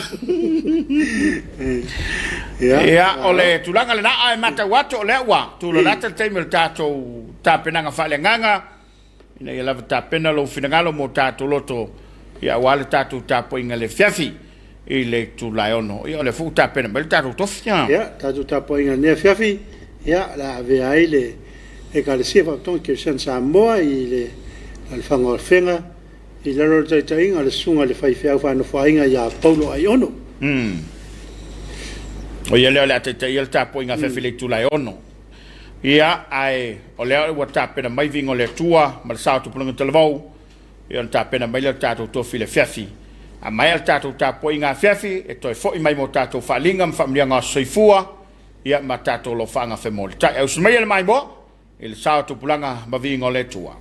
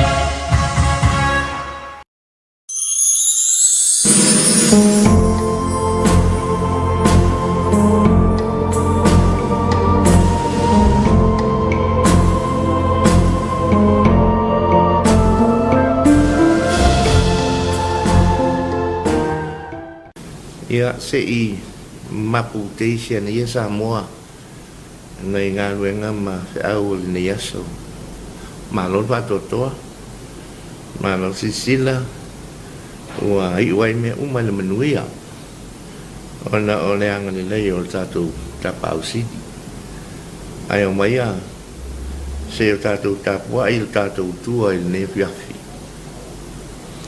ona sawai leo tastus upu ua whapea mai ia te ia. Lea oa oe, au te muni atu ia te oi me uma e te maliwatu iai. Ona whetarai atu ai leo i Yesu ia te ia. E whai rua o alope. E whai hoi mea moe ai manwhere lei. A o le atari o tangata. E le ai se mea moe ai oi. Se o tātou tātou. Ua whanau na watu lau o tunu i nā ua whio lea tua i la mātou Tapuaiga i le nei Afiafi.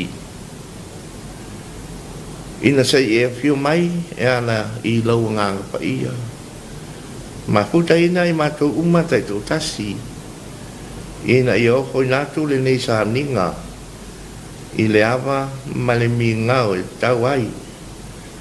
O se Tapuaiga ua lava sa unia e mau ai se vi inga o lou suafa. E ala ia Yesu lo mātou alii ma le whaola e tō tasi. Amene. O le whaitaunga o tuspa ia Evangelia Mateo i lon tau poe walu. O te whaitauina mai le whai upo e spul ma le walu. E whaangata le whai upo e lua spul ma le lua.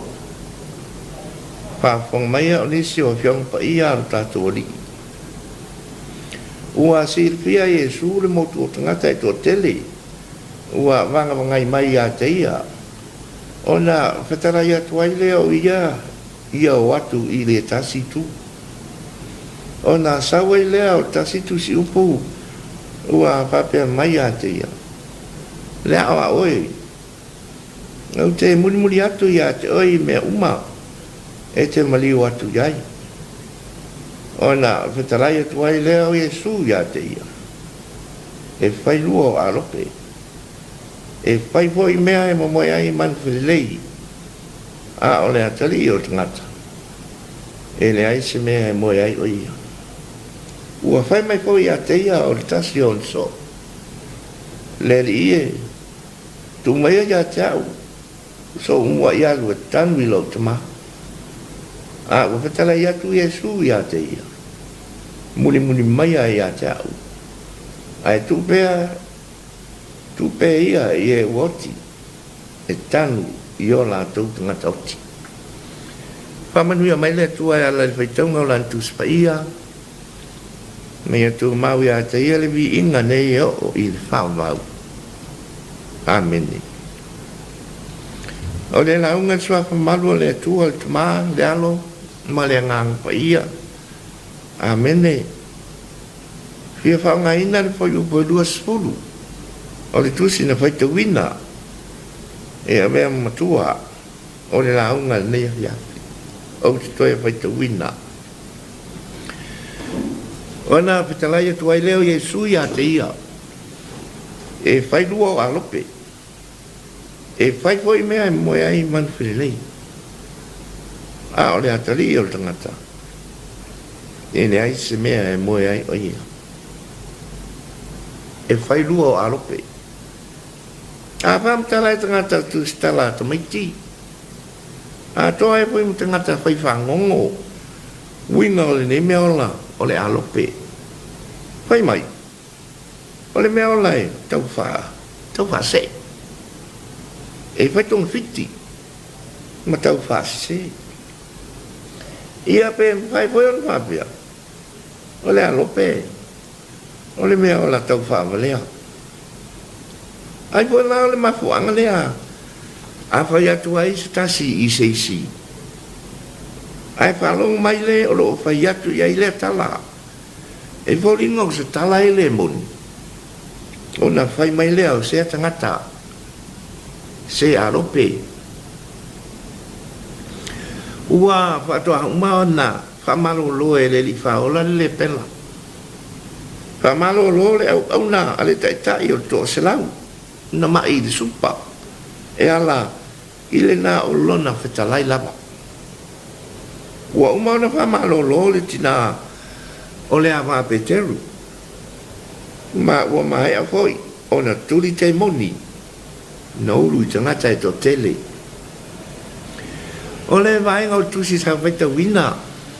E whātau ia o onga. E winga i le avea ma so o le alii. Ua whai ui uranga wenga tā la ia Yesu i Galileia. Ua sa auni atu i Jerusalema. Ai aluane le tusi upu ma whai a Yesu. Le a oe. O te mulmuli atu ia te oi me umma. E te mariwa atu iai. E wina moro iai le ainga o Yesu i Kapnaumi. A o tali vave le li whaola. E whai lua o alope. E whai koi mea moe ai manwhiri. A o le atali i o le tangata. E le ai se mea e moe ai o ia. Tali le li whaola.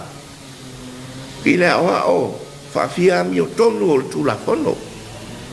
Tangata tau whase. Ma wha ole ole i le li i le ngutu. Na o wha upunga. Ai si la fia Yesu. E le ma whai o na olai. Tangata ya mi o wha alope. O le tu whawhenga ai le tātou ori whaola. O mea le larolangi. Ma mea o le ola whamau. Whai lo atu e Yesu i on so. O ia tau na mali watu i Jerusalema. E whatinga ina o ia i mea tele e lautu ina. Le agos tau langa ma le autu siupu. E whasi o tia whai o ia. A whatu ina le astolu. Ua whai ane pe telu ia Yesu. Ua ia wawao ia te ia. Le ari ie. Ia mamau ia te oe le mea. E le ofo ia te oe le na mea. La Yesu ia Peteru. Satanie. Ina alu ia oe o tua. Ua whai oe ma mea o te tausu wai ai. Awa e le o mea le atua ua e loto iai. A o mea tangata. Ile male nei. Samoa o le whamanatu. E au lava ina iai se avanoa. E a whio ai le lii i o tau whina ngalo. Mau tātou loto. E le leile alo pe iai lona pū. Po lona lua e nofo. ma moe ai. Peita Yesu ele ai, aisa. Ua tumu au tau fina ngalo mau tātou loto, I mea lea o ngā le lalangi.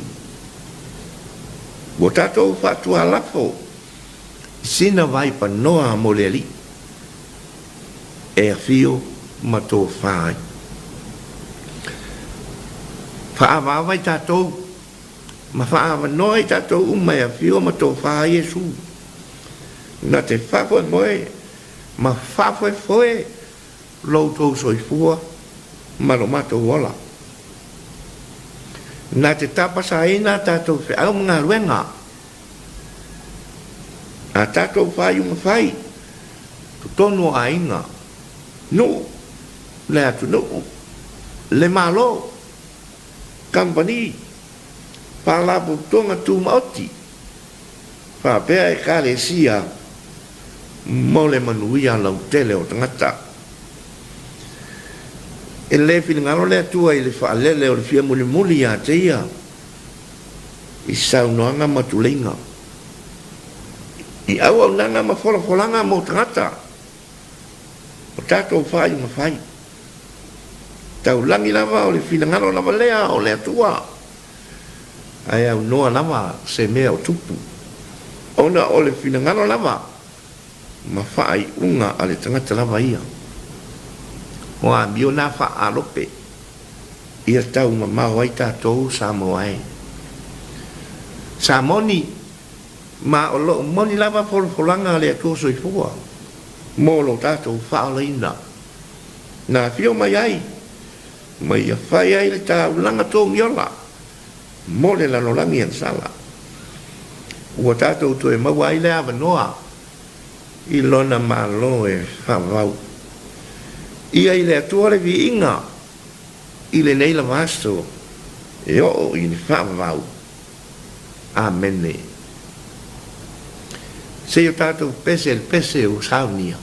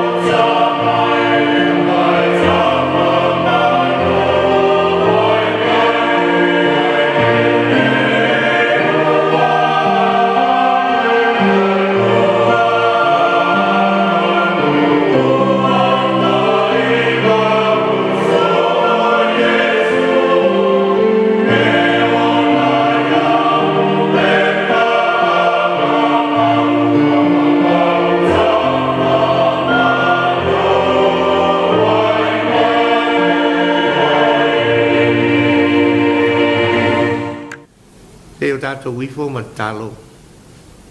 Talo whātai, talo whātou senga, ma talo tātou manonga. Tātou wifo ma talo i lea tua. Lea tua sisile e sero mātou tamā whāwau. Mātou na ngonu whātasi ma lau tunu atoa lea nganga whāwhata tele. Awa ua mapuane nei whiau mga luenga o le nei foi aso i le manuia ona o lau lama alofa tausi mai i lo latou soifua ma lo matou ola ui foi il pesio o nisi o lo tunu ui le whamai e pei o le whanua il soifua o nisi o lo tunu nei o Samoa Papai foi o tele o nisi. Ia tunu ui whafo atu peitai. Ma tau tele whai loto. Awa e pule au au la u fio i mea umanawa. E o il so i fua o tangata. Malo mato wola. Whaftai whato whala inga la u fio. Ua e fua i taitai o lo tunu. Ua e o whaia whai unga lei ma le tau. Fata oto fuanga lualu mamau o e foi wo foatu lo lato soifua e taula mua i puipuina mo le saunga le mu o lo utunu mo tangata fata il tofi malie ma le no lei o i matou i Samoa nei lo matou tofi mai ate oe au no ni taua ni fiwai vai inga ni mala fanatula e pei o mafui e malolonga. Ni whana walawe tupu whafosei. A o loo whaasau nga le muwina pea le soi fua o tangata. Malo mato wola. Ona o le taita inga lo nganga. Whaatai e sili ona o taulanga o lo mato whaoleina. Ua sao nia e la ufio. E ala i lo soi fua a totoa samai. Ua mātou toi maua ai lea manoa i lo manuia leo lai whaamavau. Whātou e selo o tunu ure li e. A ua mātou tentonu o le teile o taimi. Pea whai e le o taimi uma. Ua whātou tōna i lo whingalo. A o taitasi i mātou malo na lavala. Ua o noa se a manoa ia i mātou e te whio ai. Ma e tō whai. Awa o tutumu o mātou tangata i nisi o mea le lalolangi e lea o ngā mai wale. Mātou alanga i lau fio le li e. Whafolinga yo i mātou moni lo mātou fia muli a te oi. Peitai ua SS mamao ma mātou whatinonga. Le li e lo mātou tua se isi la lofa mai ma whama ngalo mai lo tunu e ala le totu pa ia o te mai mamoe le pona ia mama ngalo ai i mātou umanei mātou talo se e whamanuia mai la o fio i lo tunu a wa mātou talitonu a unoa i mātou ma la o fio e le ai so mātou umanuia Whamanuia o mātou taitai. Taitai o le malo. Company. Whala po tonga tuma oti. Taitai po i o awe kare sia ke Luciano. Ia manino la lato sila. Malo lato taltununga i la mo fio. Awa o le manuia ma le solo le lei o logo tunuu. E whalangolango i la lato whautautanga. Ua wha moe ia te oe. Wha malosi ma wha manuia ia i latou. Oe o tau la mua i ngā ruenga uma. Tau pui ngā o le wha mai. Ma wano latou wha malosi. Ma wano latou langona o leo foi natu. Wha manaina e la wa fio latou tonga fitinga. Wa foi natu mo tangata lau tele. Ia manuia Masaunga le muai lo tunu o Samoa mo tangata. Lo tunu atoa. Malawa fio e whaia le malolonga i le poana nei. Sa i li malosi. Mō ngā ruenga i le asupou o mua atai au. Mai e lua. A whia mai, tātou malawu whio, e maruti ai le soifua o logo tunu umalo matou wola. O la matou talo lea. Patasi ai matalo i le loto le tangata la vaia. Matou wofo inatu, ina ia whaia pea i ailo lava fina ngalo pa ia mo i matou. E ala ia Yesu lo matou wali i ma le whaola e tō tasi.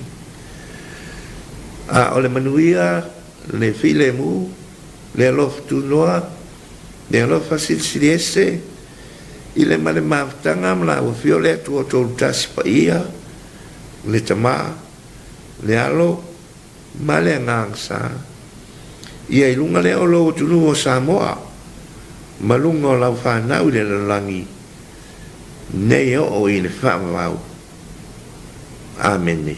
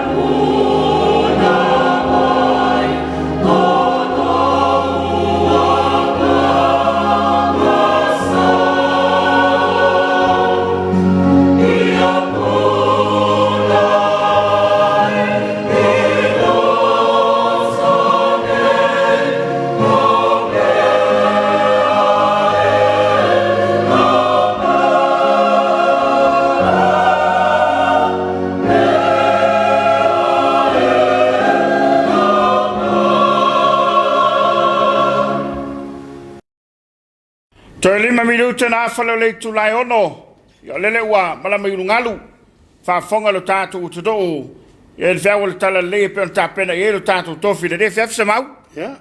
Mo le nga fa te tele le sunga le. Fai fea fa no fa inga le sunga Apollo ai ono. Ya mo le fea au ama fana yo le fea wa fa po foi. Ya wa la fa fonga se tatu tunu le Afiafi. Manatu ya onai. E teleni a tātou whalinga o le utau mai tono o tātou fisa.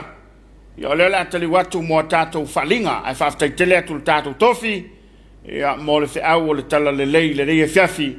O whafunga maua le kāne sia. Ia e mese sa mo poto poto. A le ua tāpena mai a tātou whalinga. A mai a tātou whalinga on toi foi mai lea. Ia o le tātou polkalaba o le Suluaulama. Usumai le mai mo. Iniso whalinga o taunu mai tono le tātou fisa. Public knowledge from APTC, exciting employment opportunity. Learning support facilitator we advertised based in Apia, Samoa. About Australia Pacific Training Coalition.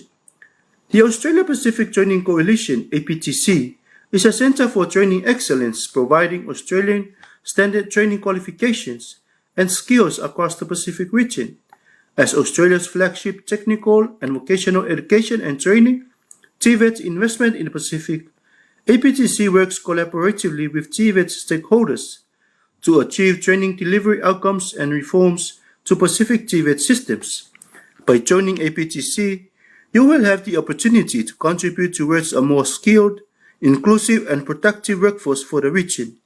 APTC has country offices in Fiji, Vanuatu, Papua New Guinea, Samoa, Solomon Islands and Timor-Leste. The regional head office is located in Suva, Fiji. The role. The learning support facilitator's key responsibility is to provide support to APTC students in language, literacy and numeracy skills, LLN. The facilitator will be responsible for the development and delivery of integrated tailored support to enhance students' learning and to complement work done by APTC trainers. The position will be based in Samoa and may involve travel to other Pacific countries. As our ideal candidates, you must have 1. Recognized teaching qualification, minimum duration 2 years full-time equivalent study, which includes study in language, literacy and numeracy, English as a second language, ESL or English, or a degree with at least 2 years study in linguistics, communication, ESL or literacy and numeracy. 2. Recent relevant teaching experience delivering English language or language, literacy and numeracy for a minimum of 2 years, preferably in an adult vocational learning environment. 3. Demonstrated experience in supporting the learning of students with different cultural backgrounds and abilities. 4. Demonstrated high-level written and oral communication skills, including the ability to negotiate learning outcomes for students. For more information about this exciting opportunity, please visit our website https://aptc.edu.au/staff/employment opportunities. Applications close at 9:59 p.m. Samoa time on Wednesday, 27th of April 2022. APTC is committed to diversity and inclusion and encourages qualified female and male candidates from all religious and ethnic background, including persons living with disabilities, to apply. Fasisilanga taua male tangan wango soifua maloloina. Tuingo covitis fumuleiva mo polu asolua se fumuleiva aperila ile asolua lua melu o lulua. Ia antau le avantele failo atu ile malu tato tunu. Le whaanga solongo le whaatino ina o tui pui pui o covitis fumaleiva i aso manofuanga o le ata uilano. O le whaatino ina o tui pui pui o le ao fia aita maiti le lima le sfumaltasi tausanga mo le tui pui pui mua ma le lua. Ta maiti le sfulua le sfumalfitu tausanga le matutua mo le tui pui pui mua ma le lua. Tui lon tolu po le pusta tangata ua ato le sfumalvalu tausanga anga ilunga mo nao ila ato a tope over malton masina talo na mai atu pui pui mai lua. On fanga solongo tu pui pui o le afatino tono a onga e peonta o ilalu. Aso malino fuanga. Asolua se fumaleivo a Perila, Samoa Adventist Primary School, St. Mary's Primary School Savalalu, Vailoa Faleata Primary School, Vainganga Primary School, Vaiusu Primary School, Vaiteleuta Primary School, Mapese Ngafou Primary School i Vaitele. Asolulu lua se fulu a Perila, Malia Primary School, Afenga Primary School, Tuanai Primary School, Leovaa Primary School, Levi Primary School, Salemoa Primary School, St. Joseph Primary School i Leovaa. Asotofi lua se fumatasi a Perila, Lelmoenga Primary School, Utuali Matufulele Primary School, Faleasiu Primary School, Fastouta Primary School, Moamoa Matauo Primary School, St. John of Arc of Primary School, and Malua Theological College. Asofaraile luas fumalua Perila, Nofualii Primary School, Fastoutai Primary School, Vailutai Primary School, Faleatiu Primary School, Satapuala Primary School, Satui Malufilufi Primary School, Mulfanua Primary School, Mapolimauta Primary School. Asotona ilus fumatolo a Perila, Apolimatai, Faleu Mononotai Primary School, Salua Mononotai Primary School, Asungafua lus fumalima a Perila, Falelantai Primary School, Salamumu Primary School, Mutautu Lefanga Primary School, Savaya Lefanga Primary School, Falesiela Primary School, Safa Atotai Primary School, Siufanga Primary School, Pata Primary School, Samatau Primary School, Mamanonota Primary School. Asolua luas fumaleono a Perila, Vavai Primary School, Sale Ilua Primary School, Siumu Primary School, Mulivai Primary School, Vaie Primary School, Taftoala Primary School, Fusi Safata Primary School, Lotofanga Safata Primary School, Masaanapu Primary School. Asolulu luas fumafitu a Perila, Aufanga Primary School, Lotofanga i Alipata Primary School, Salani Primary School, Tautu Primary School, Sapoe Primary School, Salisatele Primary School, Sapunawa Primary School, Satalo Primary School, Mataftafa Primary School.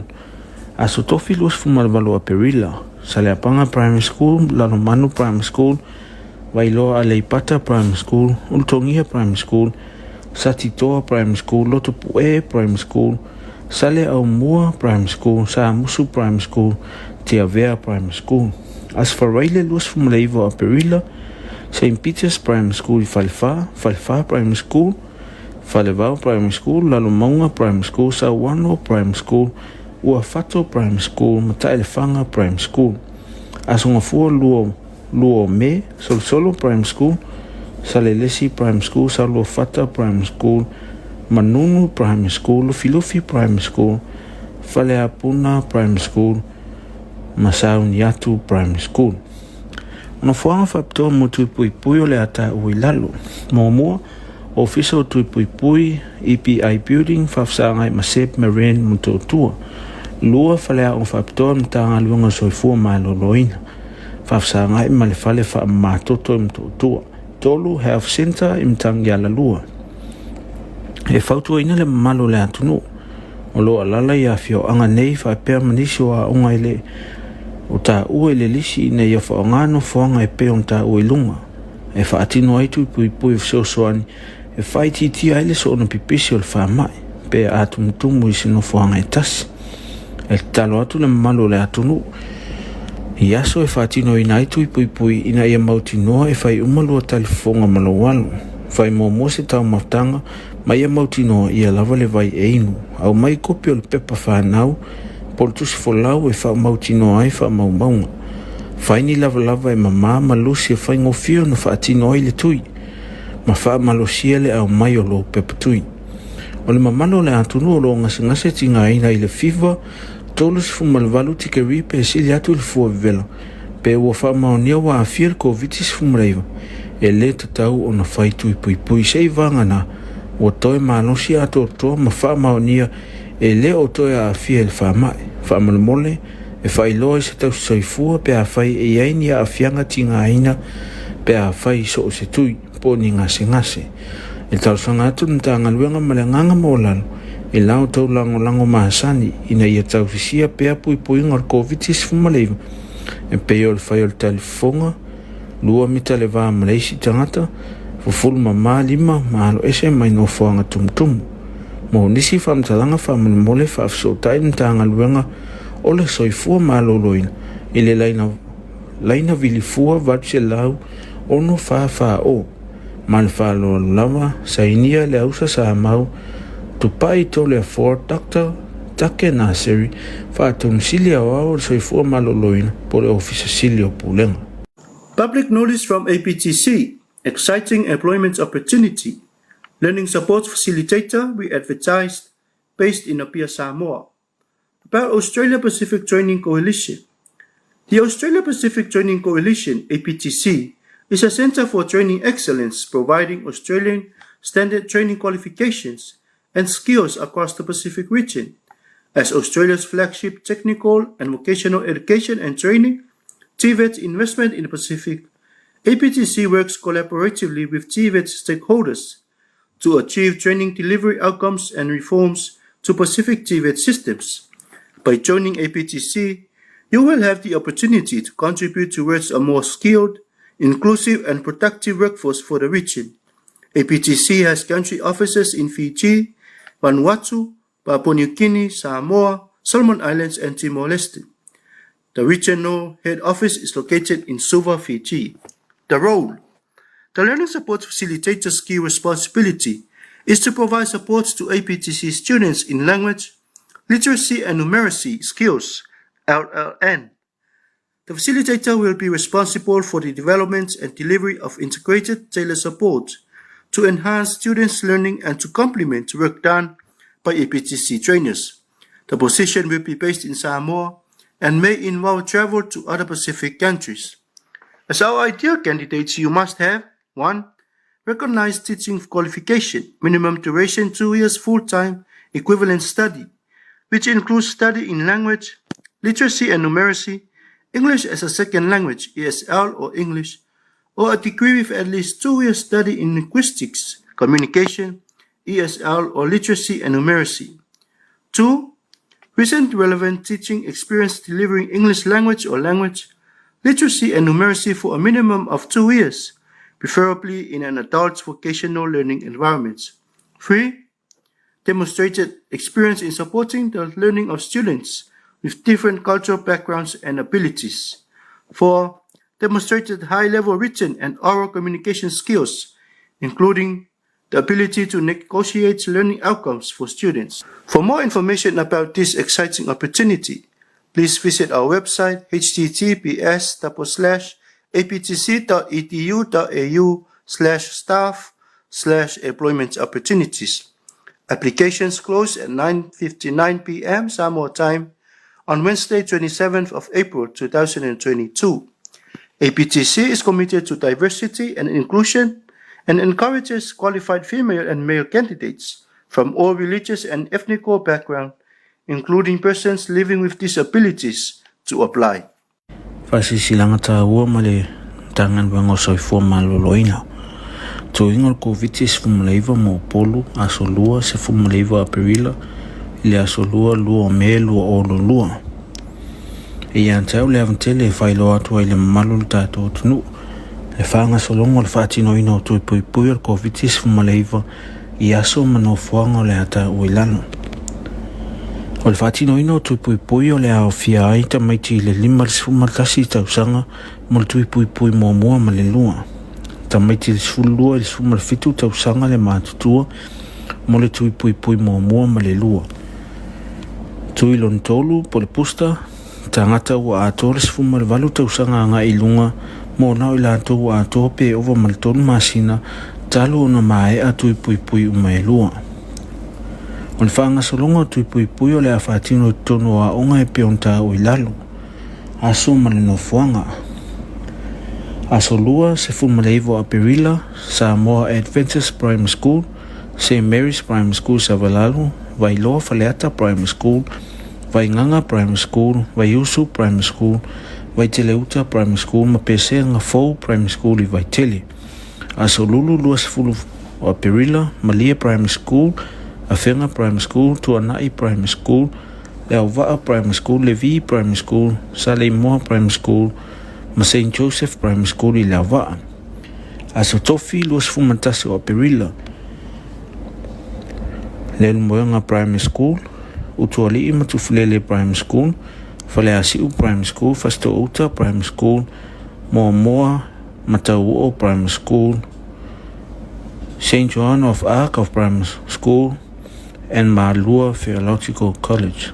Aso Faraile luas fumalua Aperila.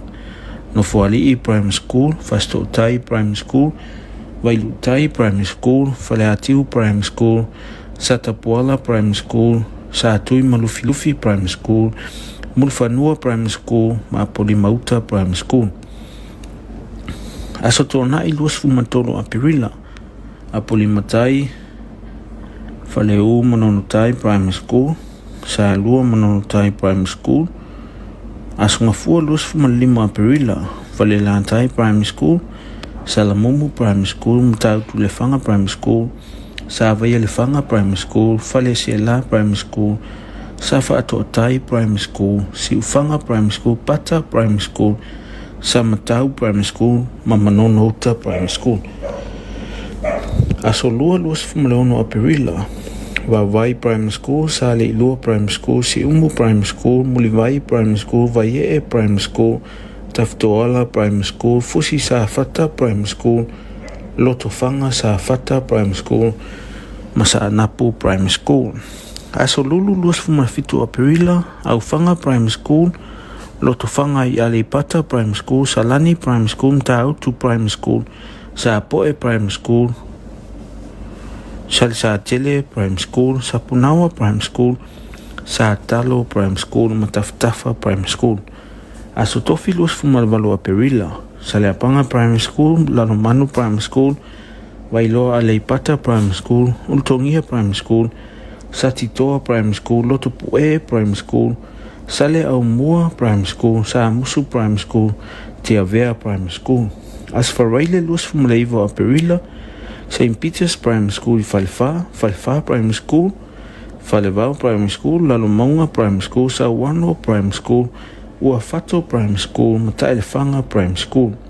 Asongafua Luo Me, Solsolo Primary School, Salelesi Primary School, Saluafata Primary School, Manunu Primary School, Lufilufi Primary School, Faleapuna Primary School, Masauniatu Primary School. Ona fuanga whapitoa mo tuipuipui o le ata uilalo. Momoa, ofisa o tuipuipui, EPI Building, whafsaangai Masep Marine Mutotua. Lua whalea o whapitoa mtanga luanga soifua maloloina. Whafsaangai malefale wha matoto Mutotua. Tolu Health Center imtang yala lua. E whautua ina le malo le atunu. O lo alala i afio anga nei whapea manisio a onga ele o ta ue le lisi ne ia whaongano whaanga e pe on ta ue lunga.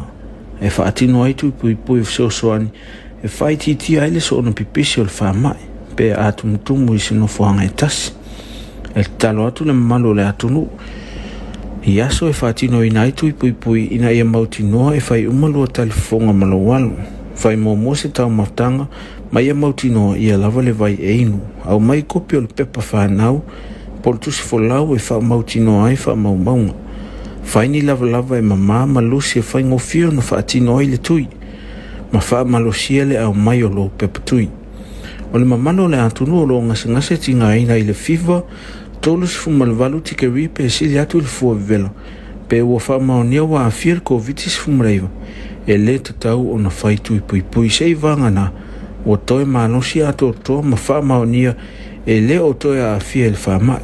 Whamalmole e whailoa se tau soifua pe a whai e aini a afianga tinga aina pe a whai so o se tui po ni ngase.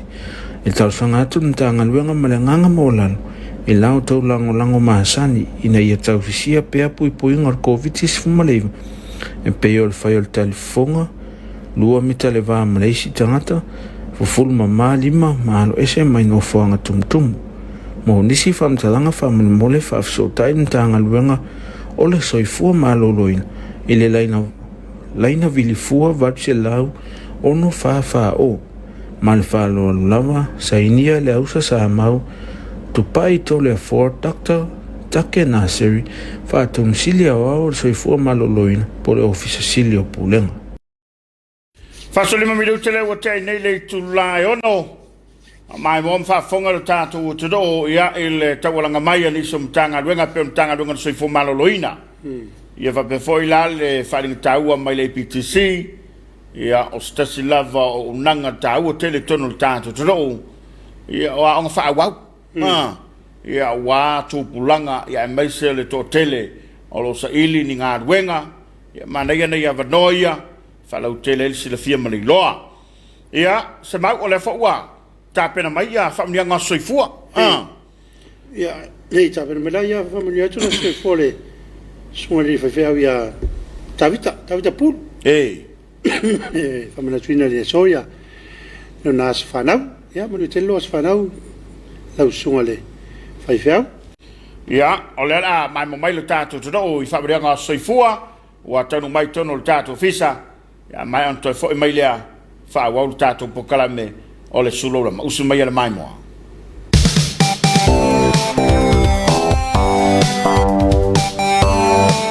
Pamniango le aso whanau, hese si sa mata pene lope tau mate. Sa mātou sa ili lava i sau se tafo ngangana.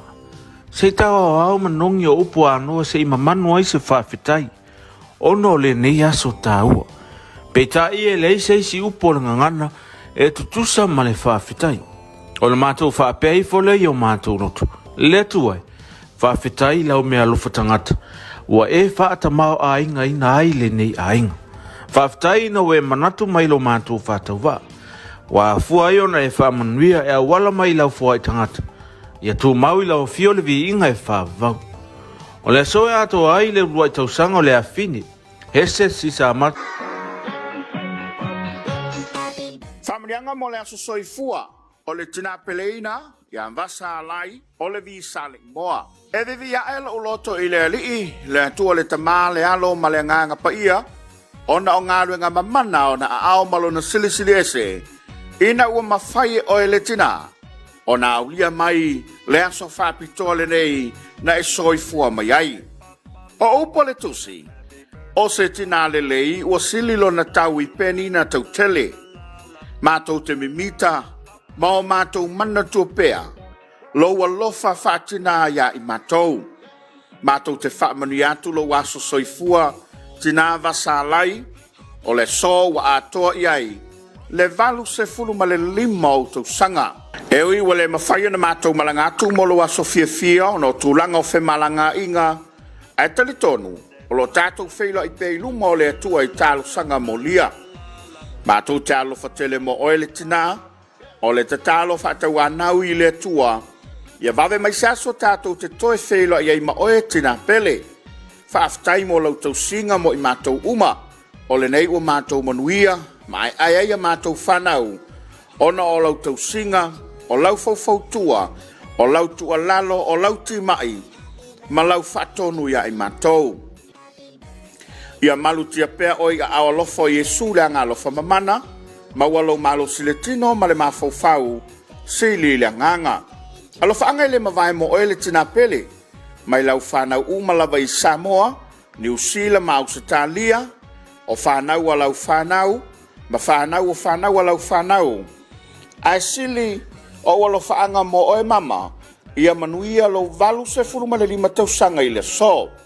Alofa atu lau tamo o tau warwa Afiafi, ma Anastasia lai, ma le whanau mai sini au se talia. Manuia lo valu se fulu ma le 5 tausanga, vasa alai.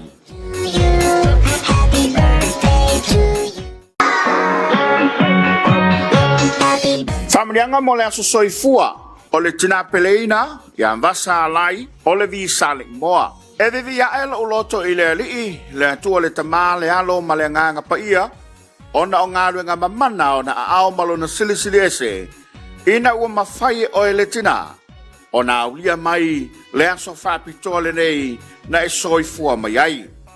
O upo le tusi, o se tina le lei ua sililo na tau i peni na tau tele, mātou te mimita, ma o mātou mana tuapea, loa lofa whātina ia i mātou. Mātou te whaamanu atu lo waso soifua, tina vasalai, o le so wa atoa iai, le valu se fulu ma le lima o tau sanga. E ui wa le mawhai na mātou malanga atu molo wa Sofia Fia, o no tūlanga o whe malanga inga, ai tali tonu, o lo tātou wheila i pei luma o le atua i tālu sanga mo lia. Mātou te alo whatele mo oele tina, o le te tālo whatau anau i le atua, ia vave mai saso tātou te toe wheila i ei ma oe tina pele. Whaaftai mo lau tau singa mo i mātou uma, o le nei ua mātou manuia, mai ai ai a mātou whanau, ona o lau tau singa, o lau fau o lau tua lalo, o lau timai, ma lau whatonu ia i mātou. Ia malu tia pea oi a awalofo Yesu le anga lofa mamana, ma walo malo siletino ma le mafau sili le nganga. Alofa anga le mawai mo oele tina pele, mai lau whanau umalawa i Samoa, New Zealand ma Australia, o whanau a lau whanau, ma whanau o whanau a lau whanau. Ai sili o walo whaanga mo oe mama, ia manuia lo valu se furuma le lima tau sanga i le so. Alo fatu lau tamo tau warvao Afiafi, ma Anastasia alai, ma le whanau mai sini au se talia. Manuia lo valu se furuma le lima tau sanga, mvasa alai. Te vale miliu te le talo le tulai fitu. Ia, familia tu la soifua le, tua ao le, to fatu warvao Afiafi. Ia. Sta so panga tanto televise. Ia, ma san lavo le mafta bai matu mayo na lo fanga. Ia, i sona tina. Ia, le valu se fulu lima tau sanga. Tele tau sanga wa whamanu i ngai tina. Ele soifua mure ola. Ia, e whaftai ei le tua. Ona lau lana tau singa ia tei. Whaftai atu sponsors al tato por kalambe. Le tautua le MCL, ia whabefo e le unanga le SOS. Ia ma le papas instant coco. Le uwava iatu ia. Pea wo sponsor le umal tato por kalambe.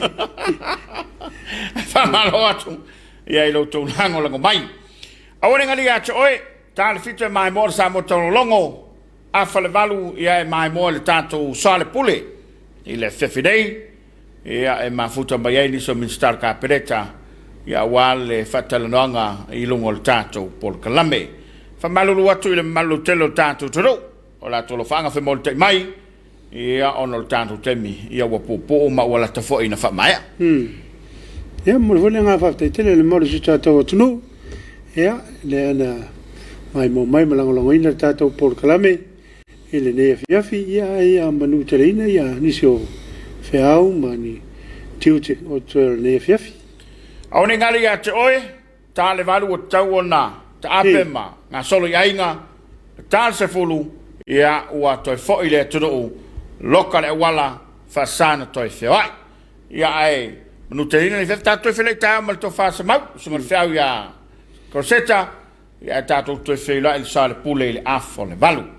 Manu te leina le, whasa usonga ma le mai mwanga, ini so vaenga tol tang kalaba o le dei Afiafi po kalaba le dei o le Suluaulama.